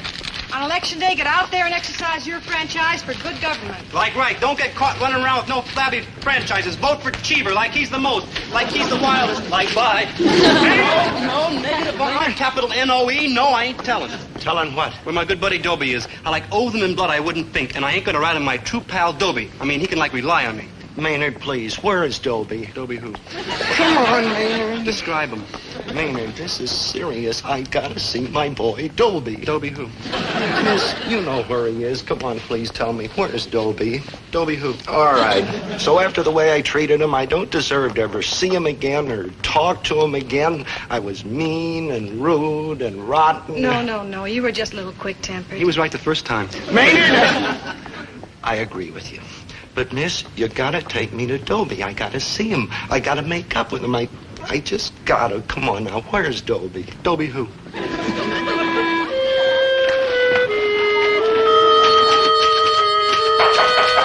Oh, coming. But the voters of our city must see for themselves how a rundown neighborhood destroys the morale of everyone who lives in it. Hi, Dad. Hello, boy. How's Mom? Oh, she's fine. Misses you, of course. I miss her, too. Maynard, you promised you wouldn't tell where I was. I couldn't help it, Dobe. Did you ever see a grown man cry? It's spooky. Don't blame Maynard, Dobie. You and your father can't go on acting like strangers to each other. It's terrible for both of you. That's good thinking, girlie, especially for the Cheever. Dobe, what are you doing in a dump like this? Oh, this isn't a dump, Dad. It's one of the glorious and historical landmarks of the North Side. The whole place reeks of tradition. So that's what it is, huh? Everything's so changed around here. It's only a short 35 years. How can a neighborhood change so much in such a short time? Maybe it hasn't changed and everything else has, like me. People still live around here, too, and not just for a couple of days like you, son, but permanently. Live here, bring up their kids here. They gotta play out in those dirty streets and beat up lots. It's a crying shame. Anybody that would raise kids in a neighborhood like this ought to be run out of town. There's another way, Dad. Give them a better place to bring up their kids. What can I say, boy? I just didn't give 2 seconds thought to things I should have known all along. I'm selfish and self-centered and mule-headed. No, you're not. Sure he is. This whole neighborhood has to be torn down and rebuilt again so the people can live here like people. The old North Side just ain't what it used to be. You know, come to think of it, it probably never was. No, Dad, I knew you'd understand. Once you faced up to the facts. Thank you so much, Mr. Gillis. Mr. G, you're like a real human being. I don't care what anybody says. All right. Let's not get all flustered just because I caught on, huh? After all, you know, I don't have to have the roof fall in on me.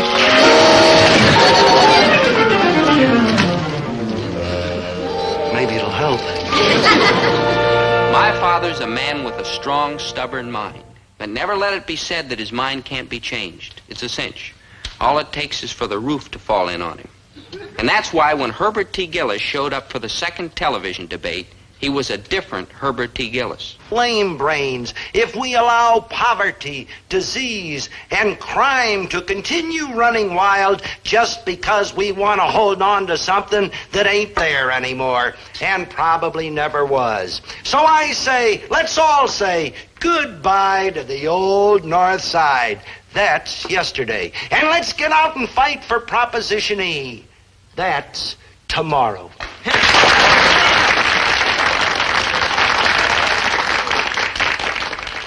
Ladies and gentlemen, I could never have presented such a stirring argument for Proposition E as Mr. Gillis has just done. So I'm withdrawing from the campaign to allow him to be elected unanimously. Cheever, oh no you don't. Don't be a dirty turncoat like me. I withdraw. Gentlemen, please, no abuse of language. I withdraw. Cheever, you are an impractical egghead. Why don't you use that egghead of yours for something besides keeping your wrists from flapping together like a couple of cymbals?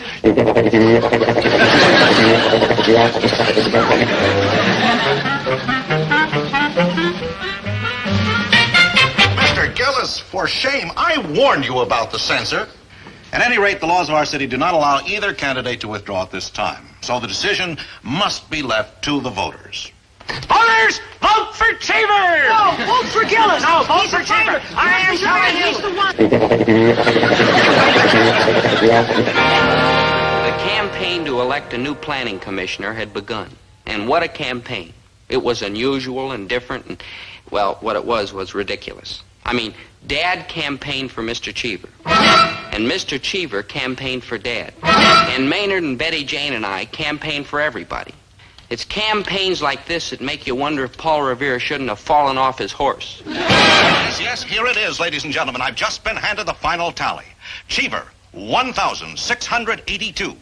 Gillis, 1,683. Gillis wins by 1 vote. Oh, thank you, friends, neighbors, and fans of good government. The people have spoken by an overwhelming majority. 1 vote? Overwhelming? Never mind, Maynard. And on this grand and glorious occasion, I have prepared a few words of appreciation. From the rock-bound coasts of Maine to the sunny shores of California, I find he's a jolly good fellow, for he's a jolly good fellow, for he's a jolly good fellow. Let me say thank you.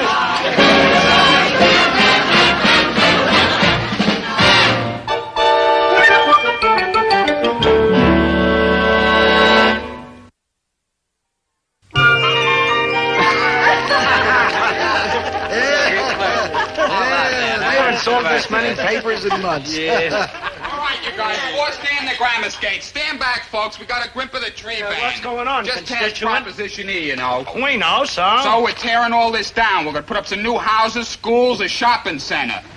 Take a look at it. This store is part of the 10 blocks that got to come down. Hey, Lionel, rev it up the Franna store. Hey, hold it, you kids. That's what it looks like the main foundation. Come in here and turn out.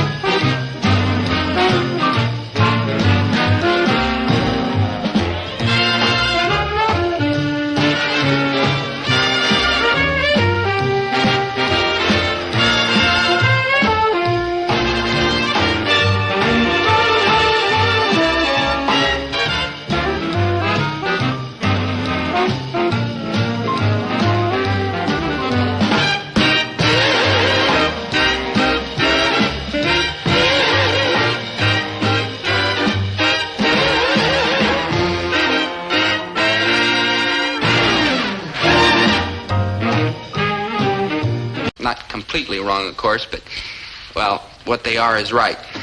I mean, I can see how my father might give that kind of impression, but that's not the real Herbert T. Gillis. No, sir. Here, I'll show you how he really is. You are right, Hogan. No businessman should send a note like this to a customer. Now you are talking. But a customer means somebody who buys groceries. And in my book, to buy groceries means to pay for groceries, and that lets you out. Stop! Stop. All right, so that was a bad example. But Mr. Hogan's the kind of fellow who can make anybody mad. Look, I'll show you how he acts toward our nice customers. Enough for 8 of us, all on diets, but with very little willpower. Get it down by 1 o'clock, okay? Just a minute. I happen to be a high... What do you want to look like, a 2-bit old... Stop. I'm sure he acted pleasant once. I remember the time. Let's just try once more. Now, you're going to see a kind, sweet, generous Herbert T. Gillis. But what bugs me is that when a person like Dad acts nice, everybody gets suspicious. It's awful. You'll see.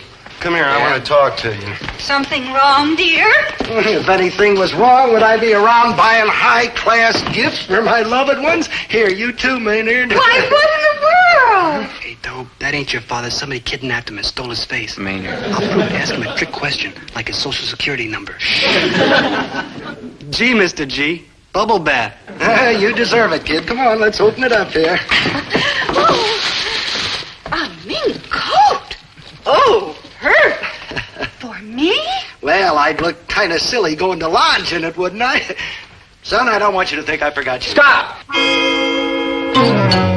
You see how suspicious people are? Dad does something nice, and right away Maynard's sure something's wrong. Ask him his social security number. Boy, what a contemptible trick. Well, there she is, boy. For me? For us? Yes, sir. She's all yours, son.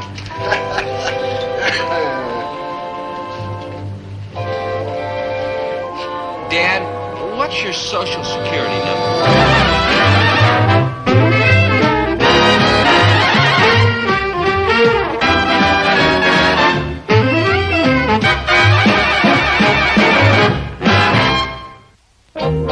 All right. So Dad gave Mom a mink coat and me a convertible. What's so strange about that?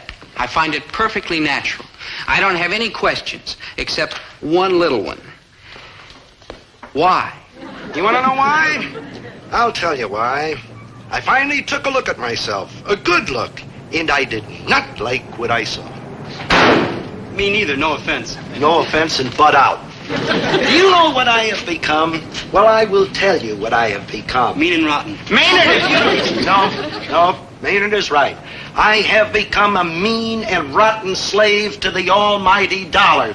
Why, I've put in so much time in the business here, I haven't had any time to spend with my family. I haven't had any time to live a little. That ain't so, Mr. G. If you take care of yourself, you got 4 or 5 more years, if you're lucky. But we know that you love us, dear, but we can't afford these things. Between the car and the mink, you must have spent $4,000 or $5,000. $5,724.68 to be exact, but who's counting and stop worrying? It's all paid for, practically. But where did you get the... Herbert, you sold the store. Practically. There's a big executive from a supermarket chain coming this afternoon to cinch the deal. Winnie, this store represents 25 years of experience and shrewd management. Now, what is that worth? Let's be conservative. Let's be ridiculously conservative. Say, $1,000 a year times 25 years. Why, that's $25,000 plus $10,000 for the population explosion, improvement to the neighborhood, the cost of living index. Why, this store's worth $35,000 at the minimum. Golly, Dad, this is a nice little store, but $35,000, that's an awful lot of money. You'll understand these things later on, boy. Why, just consider our deluxe fixtures. Consider our gourmet-type stock. Consider the personality I've built into this thing. Why, the key to the front door is worth $35,000 alone. There ain't no key to the front door. There's just that old hook. This is such a surprise that I don't know what to say. I mean, if you sell, where will we go? What will we do? I'll tell you, little lady, where we will go and what we will do. We will take a couple of years off and we will spend all of this money. We'll make the grand tour. New York, London, Paris, Rome, the Riviera. But the money won't last forever. Let me finish. Now, when the money starts dwindling down to, say, 5 or 4 digits, and of course that'll take years, we'll come home and I'll waltz in and get a job managing some big supermarket. And you'll have a regular check, and you'll come home for supper at 6, and you'll wear a suit. Oh, Dobie, do you remember what he looked like in a suit? No. Oh, all right, I'll buy a suit. I'll buy 3 suits. Now, come on, Dobe, hop in here and rev this thing up. You folks got a lot of shopping to do yet this afternoon. Here we go.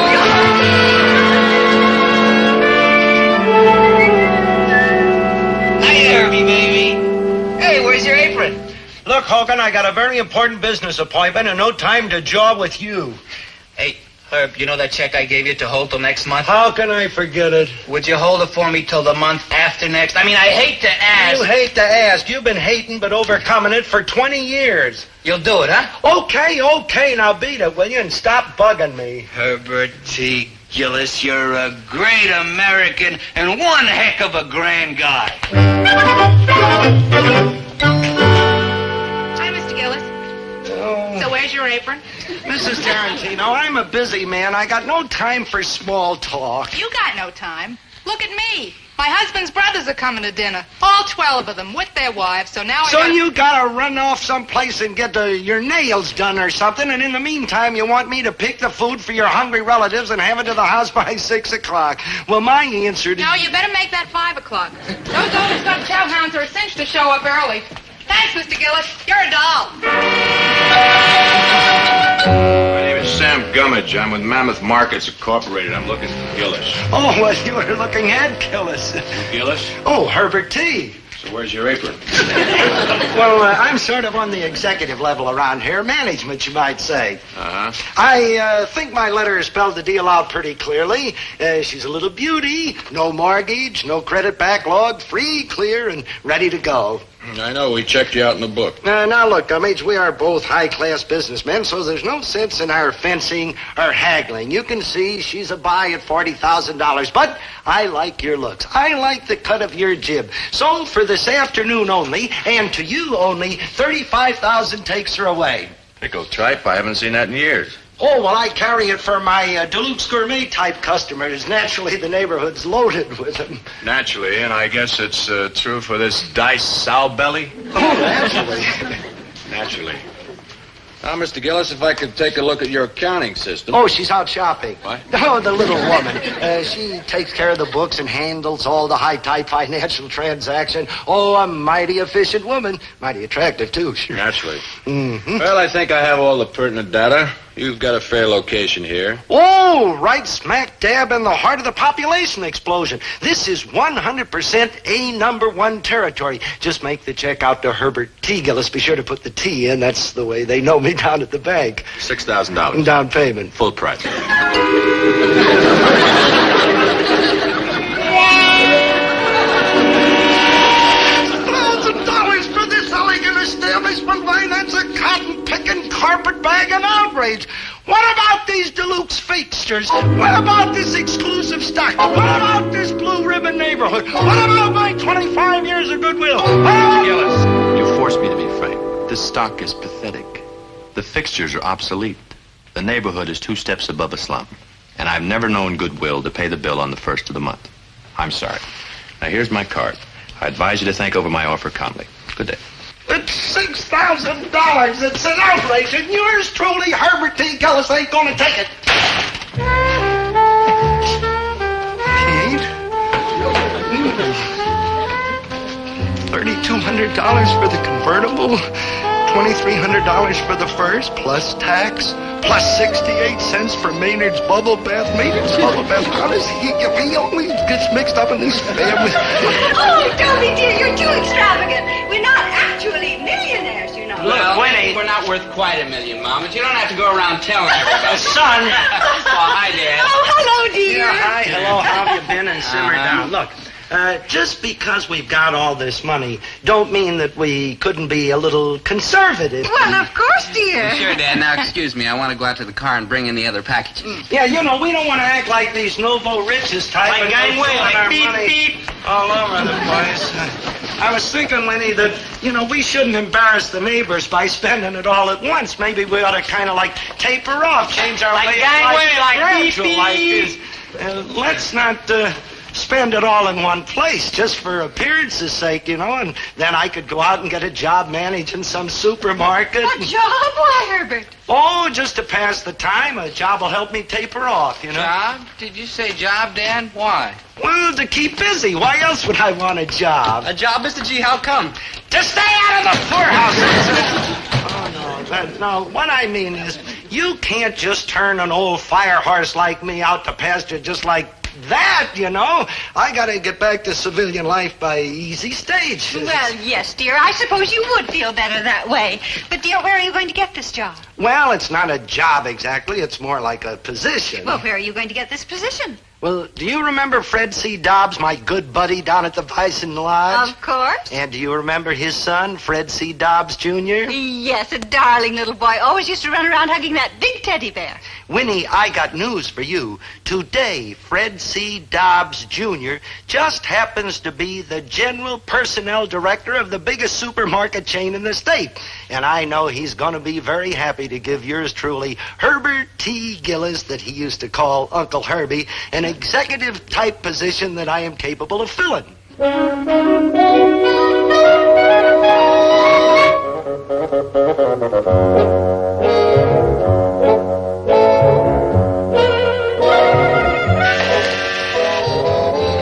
Yes, Gladys? Gillis? Herbert T? No kidding. Well, sure, I'm right in. Oh, Fred C. Dobbs, Jr. Long time no see. How have you been, son? It's great to see you, Mr. Oh, Gillis. it just seems like yesterday that you were scooting around in short pants and hugging that great big old teddy bear. Well, that was quite a while ago. Yeah, your dad always used to say he figured you probably wouldn't get rid of it till you were a sophomore in high school. He's a great kidder, But Dad. you've done okay, boy. It's a pretty nice office you got for yourself here, huh? Mr. Gillis. Herbie, remember Uncle Herbie? Yeah, Uncle Herbie. It's wonderful of you to drop by like this, but I'm pretty rushed today. Oh, I know how it is with us busy executives, so I'll come right to the point, Junior. I mean, Fred. I've been thinking it over, and I finally decided to give you a break. A break? Yes, sir. I've been kicking it around in my head quite a while now, and I'm going to take over one of those manager jobs with Swift Thrift Markets Incorporated. You what? Yeah, I've been thinking about it quite a while now, and I've decided I'm ready. I can take over the first thing tomorrow. Mr. Gillis. Herbie, Uncle Herbie. Uncle Herbie. Yeah. Well, you've got a story of your own. Why do you want to go to work for us? I've proved myself for 25 years. I've got experience, reputation, all the money I need. Oh. What I want now is less headaches. You know, a job where savvy pays off, where I can take life a little easier, spend a little more time with my family. Mr. Gillis, Uncle Herbie, I think you ought to think this over very carefully before you decide to make believe me, I have. You just tell me when and where, and I'll be there bright and early in the morning. Uncle Herbie, I'm afraid I can't. Oh, gotta decide which store needs my talents the most. Actually, we just don't have a spot for you. Oh, you gotta be kidding. Why, I know everything there is to know about food. I've been buying and selling it my whole life. I know you're one of the pioneers of the grocery industry in this part of town, but, you see, our operation's a little different. Different? It's the food game, ain't it? Well, yes, but we're an organization of marketing scientists. Display designers, motivation researchers. Motivation research. So you spend $1 million making a survey just to prove that everybody in the dad blame country gets hungry 3 times a day. Well, I'm afraid you're oversimplifying. Then I've been oversimplifying for 25 years. Look, I know food. I know it from top to bottom. And you need experts? Okay, I'm not one to argue with progress, but you still need guys to show them types how to move the merchandise. You need store managers, and that's where I come in, see? Because believe me, at me. Look at me, telling the boss. You know, it's hard to remember how fast you kids grow up. But you still need store managers. Oh, our managers must be experts in all areas. Look, you just don't fit into our operation. Look, I don't mean to rush in here and take over. How about assistant manager? Assistant to the assistant? Oh, well, who's proud? I'm just killing time anyway. I'll be a checker. No, sir. Clerk? Hello. Stock boy? No, I'm very sorry. Look. Now, how old are you, Uncle Herbie? 55? 47. Well, I can't start a man at your age. I'd love to, but I simply can't. Company policy. Look, neighborhood stores are a vital part of the food industry. Go back to it. It's something you know, something you're an expert at. A place where you belong. Don't hurt yourself by trying to start a new career at your age. Well, thanks for your time, Junior. Uncle Herbie, look, believe me, there's nothing I'd rather do than help you out when you need it. But Who needs it? I was just trying to give you a break. Just trying to give you a jump on the competition. Just remember, you had your chance and you blew it.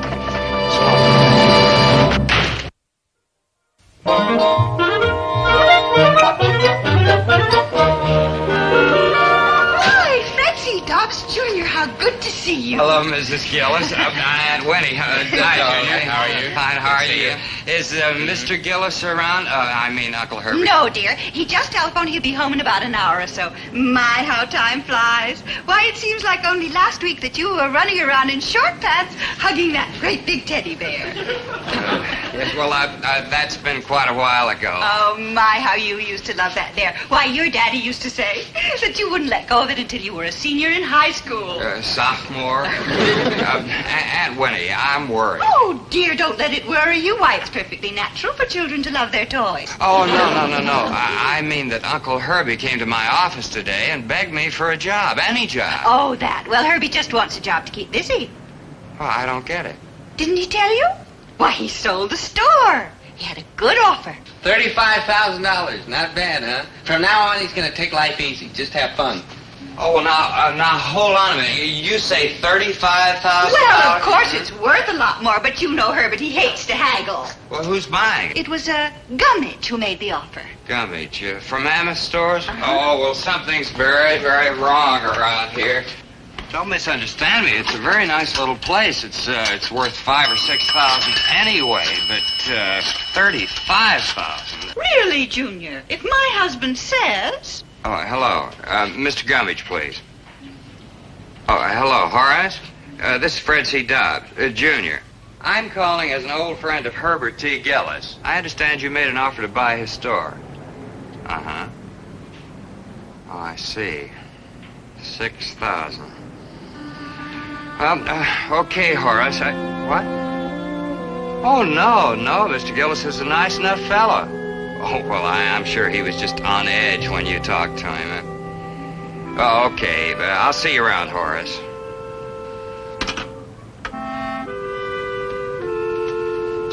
Aunt Winnie, Dobie, I just don't know what to say. You don't have to say anything. We heard. I don't know what's going on around here or what's wrong with Uncle Herbie, but if I can do anything to help... Thanks, Junior. I think we'd better handle this ourselves. Oh, gee, I just feel awful about this. Well, now, you just call me if there's anything I can do. Yeah, Thank you, Junior. Thank you. We'll take care of it. Thanks very much. Dobie, you know who's responsible for this, don't you? Give me 3 guesses. I don't want my name to come up right away. It's our fault. It's not your father's. I know. We drove him to it. We made him feel that he had to keep us in mink and cars and fancy clothes just to earn our respect. I'll admit I've done a lot of respecting behind the wheel of this car. And Dobie, dear, you know what we have to do now, don't you? And gladly. You bet I do. We've got to take all these things back to where we bought them. The presents, the clothes, my beautiful new Yes, dear. Gladly? Gladly. glad. What's the use kidding? Taking the presents and the car back to the store was unpleasant.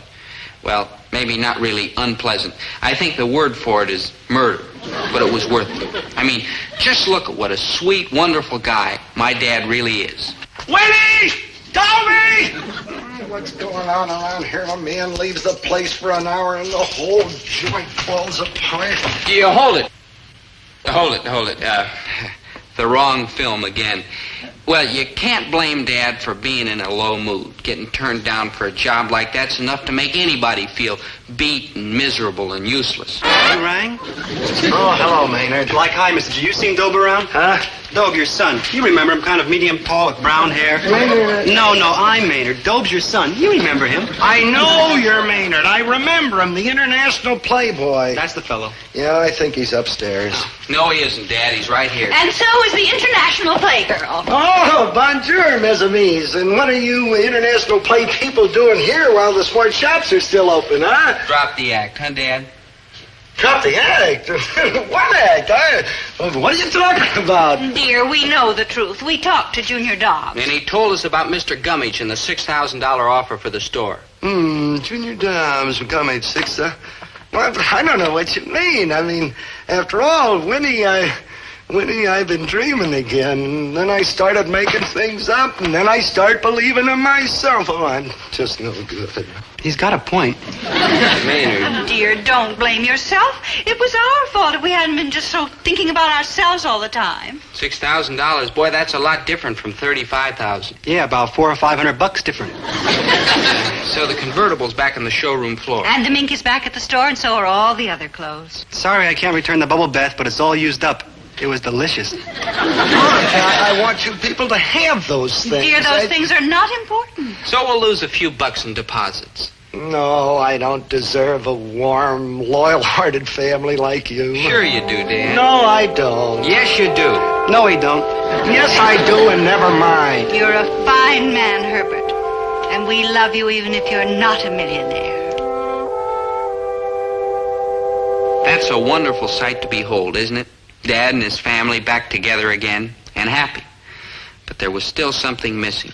Dad felt that his lifetime of work in the store added up to a great big nothing, until the customers proved he was wrong. Mr. Gillis, do you expect me to go running around doing my own shopping, raising my kids, planning menus, and feeding all that company without you helping? You get on that phone right now and call my husband and tell him how much you need. I've already got him brainwashed. Herb, we can't now start lugging our own groceries and shopping weekdays in regular hours, and especially paying cash. You've got obligations to us, Mr. Gillis, and to everybody else in this neighborhood. You're not some stranger who can just open and close the store whenever he pleases or go out of business just because he feels like it. Herbert T. Gillis, you are our friend, and don't you forget it. What did I tell you, Dad? Dobe, when this is all over, you better aim me toward home. I'm getting too misty to travel. Now, just a minute, just a darn minute. I am a full-grown man and an independent retail merchant. And I will sell out if I want to. And I will open the store or close the store, whatever I feel like. And I feel like keeping it open.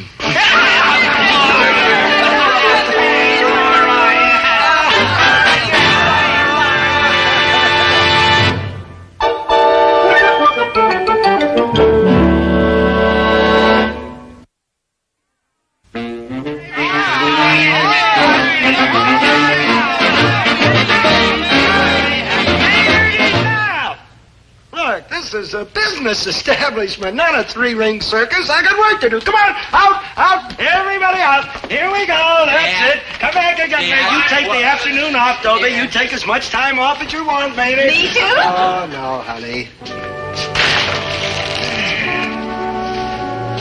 You know something, Winnie? What, Herbie? I am one lucky grocer.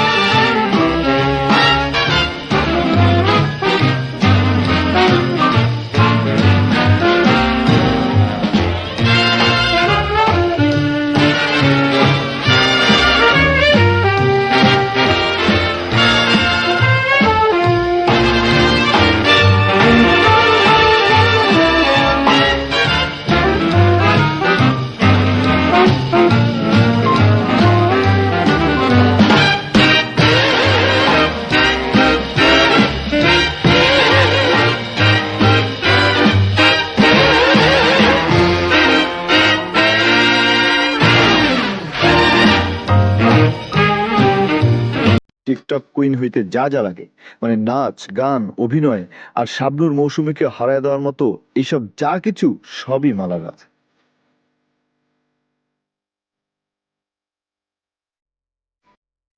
অথচ আসল জিনিসটাই নাই, একটা ভালো smartphone.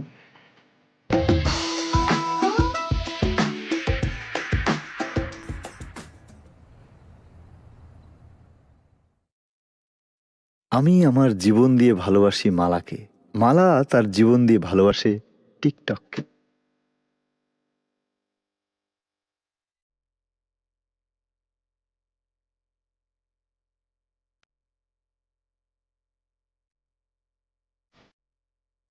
অবশ্য টিকটককে মালার ভালো না বাইসাও উপায় নাই। টিকটক কুইন হইতে যা যা লাগে, মানে নাচ, গান, অভিনয় আর শাবনূর মৌসুমীকে হারায় দেওয়ার মতো এইসব যা কিছু সবই মালার আছে।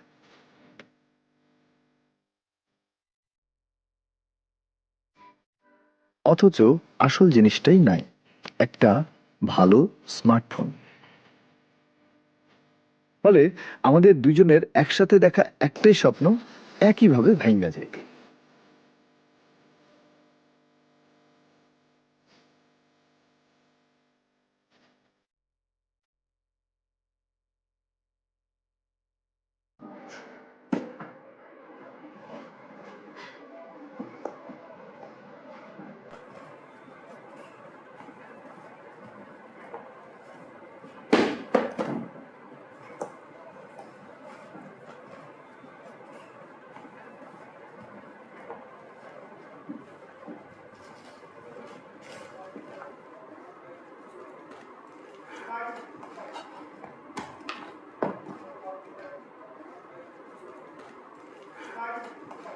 মাঝে মাঝে কাজের মধ্যে আনন্দ খুঁজে নিতে আমি হয়ে যাই বলিউডের সালমান খান কিংবা ঢালিউডের ডিপজল চৌধুরী। এই চুরি কইরা অন্যের জীবনযাপন করার সবচেয়ে মজার অভিজ্ঞতাটা হইল এক পুলিশের পোশাক পইরা চোর থেকে পুলিশ বনে যাওয়া যায় আর নিজেকে নিজে এই বইলা সান্ত্বনা দেওয়া যায়, বাবু সারা জীবন এই সূত্রটা না ভুলিস, মানুষ মাত্রই কখনো চোর কখনো বাসে পুলিশ। হ্যালো, ইন্সপেক্টর নাজিমুদ্দৌলা বলছি। মালা মালা মালা মালা মালা শোনো শোনো শোনো, আমি ধরছি, বলো।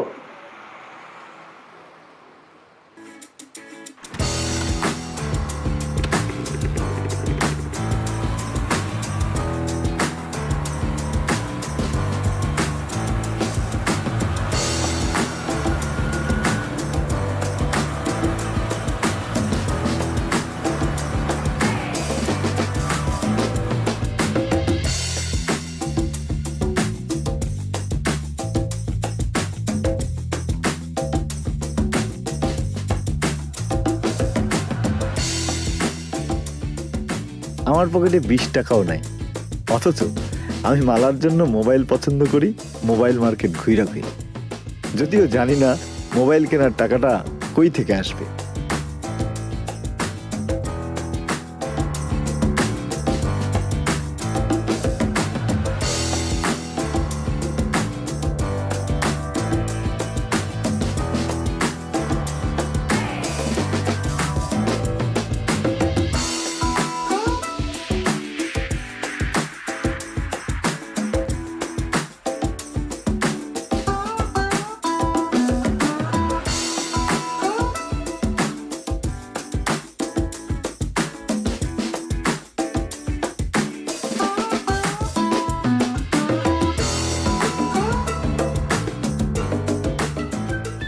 এইরকম দুঃখে কবিরা নীরব হয়ে যায় আর আমার হয় উল্টা।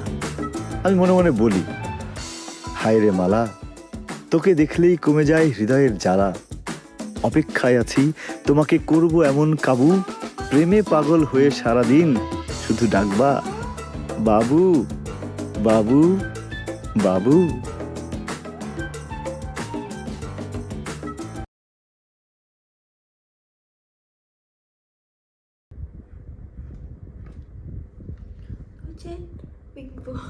Mình vừa làm gãy mất cái màu hồng này rồi, mình vừa mới dùng luôn mà đã gãy rồi. Thì bây giờ mình sẽ cố dùng nốt cái đoạn bị gãy này ra nha.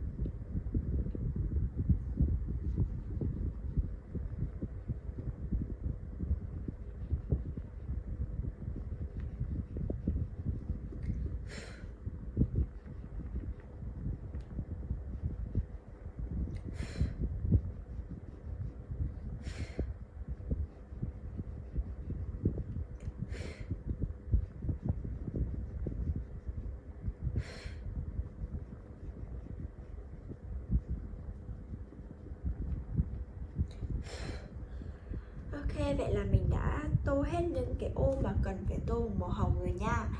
Và mình sẽ cất màu hồng vào cái màu ấy đi nữa. Tiếp theo thì mình sẽ dùng đến là màu xanh lá cây. Mình sẽ dùng màu xanh lá cây để tô những cái ô mà có màu xanh lá cây đó nha.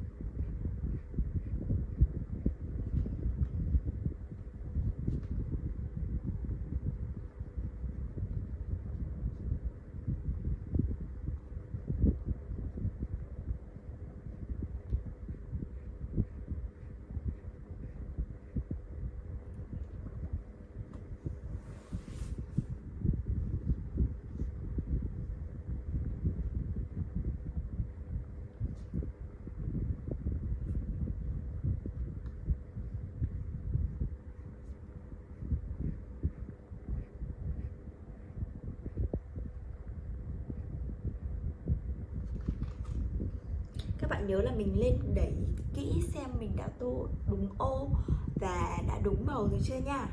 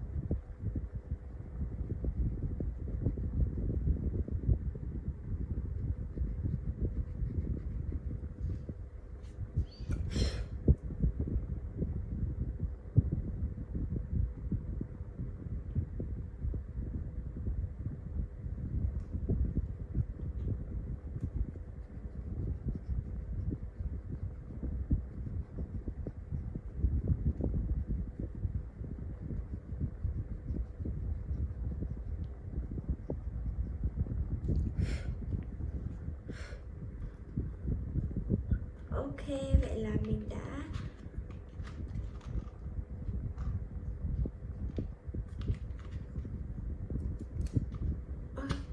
màu xanh rồi, mình sẽ cất màu xanh đi và mình sẽ lấy màu tím nha. Ở đây mình sẽ lấy màu tím để tô tiếp bức tranh.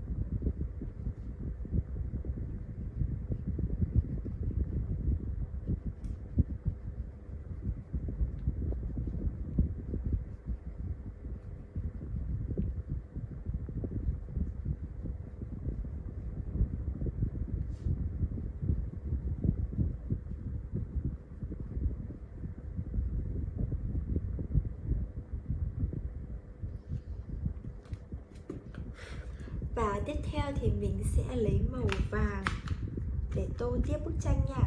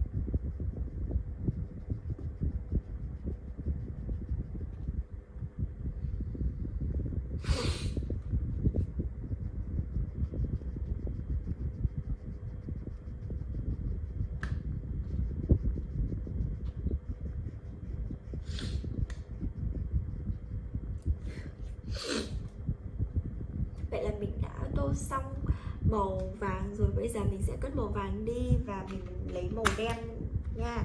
Mình sẽ dùng màu đen để tô cả hai bên này nữa là đã hoàn thành xong bức tranh nhá.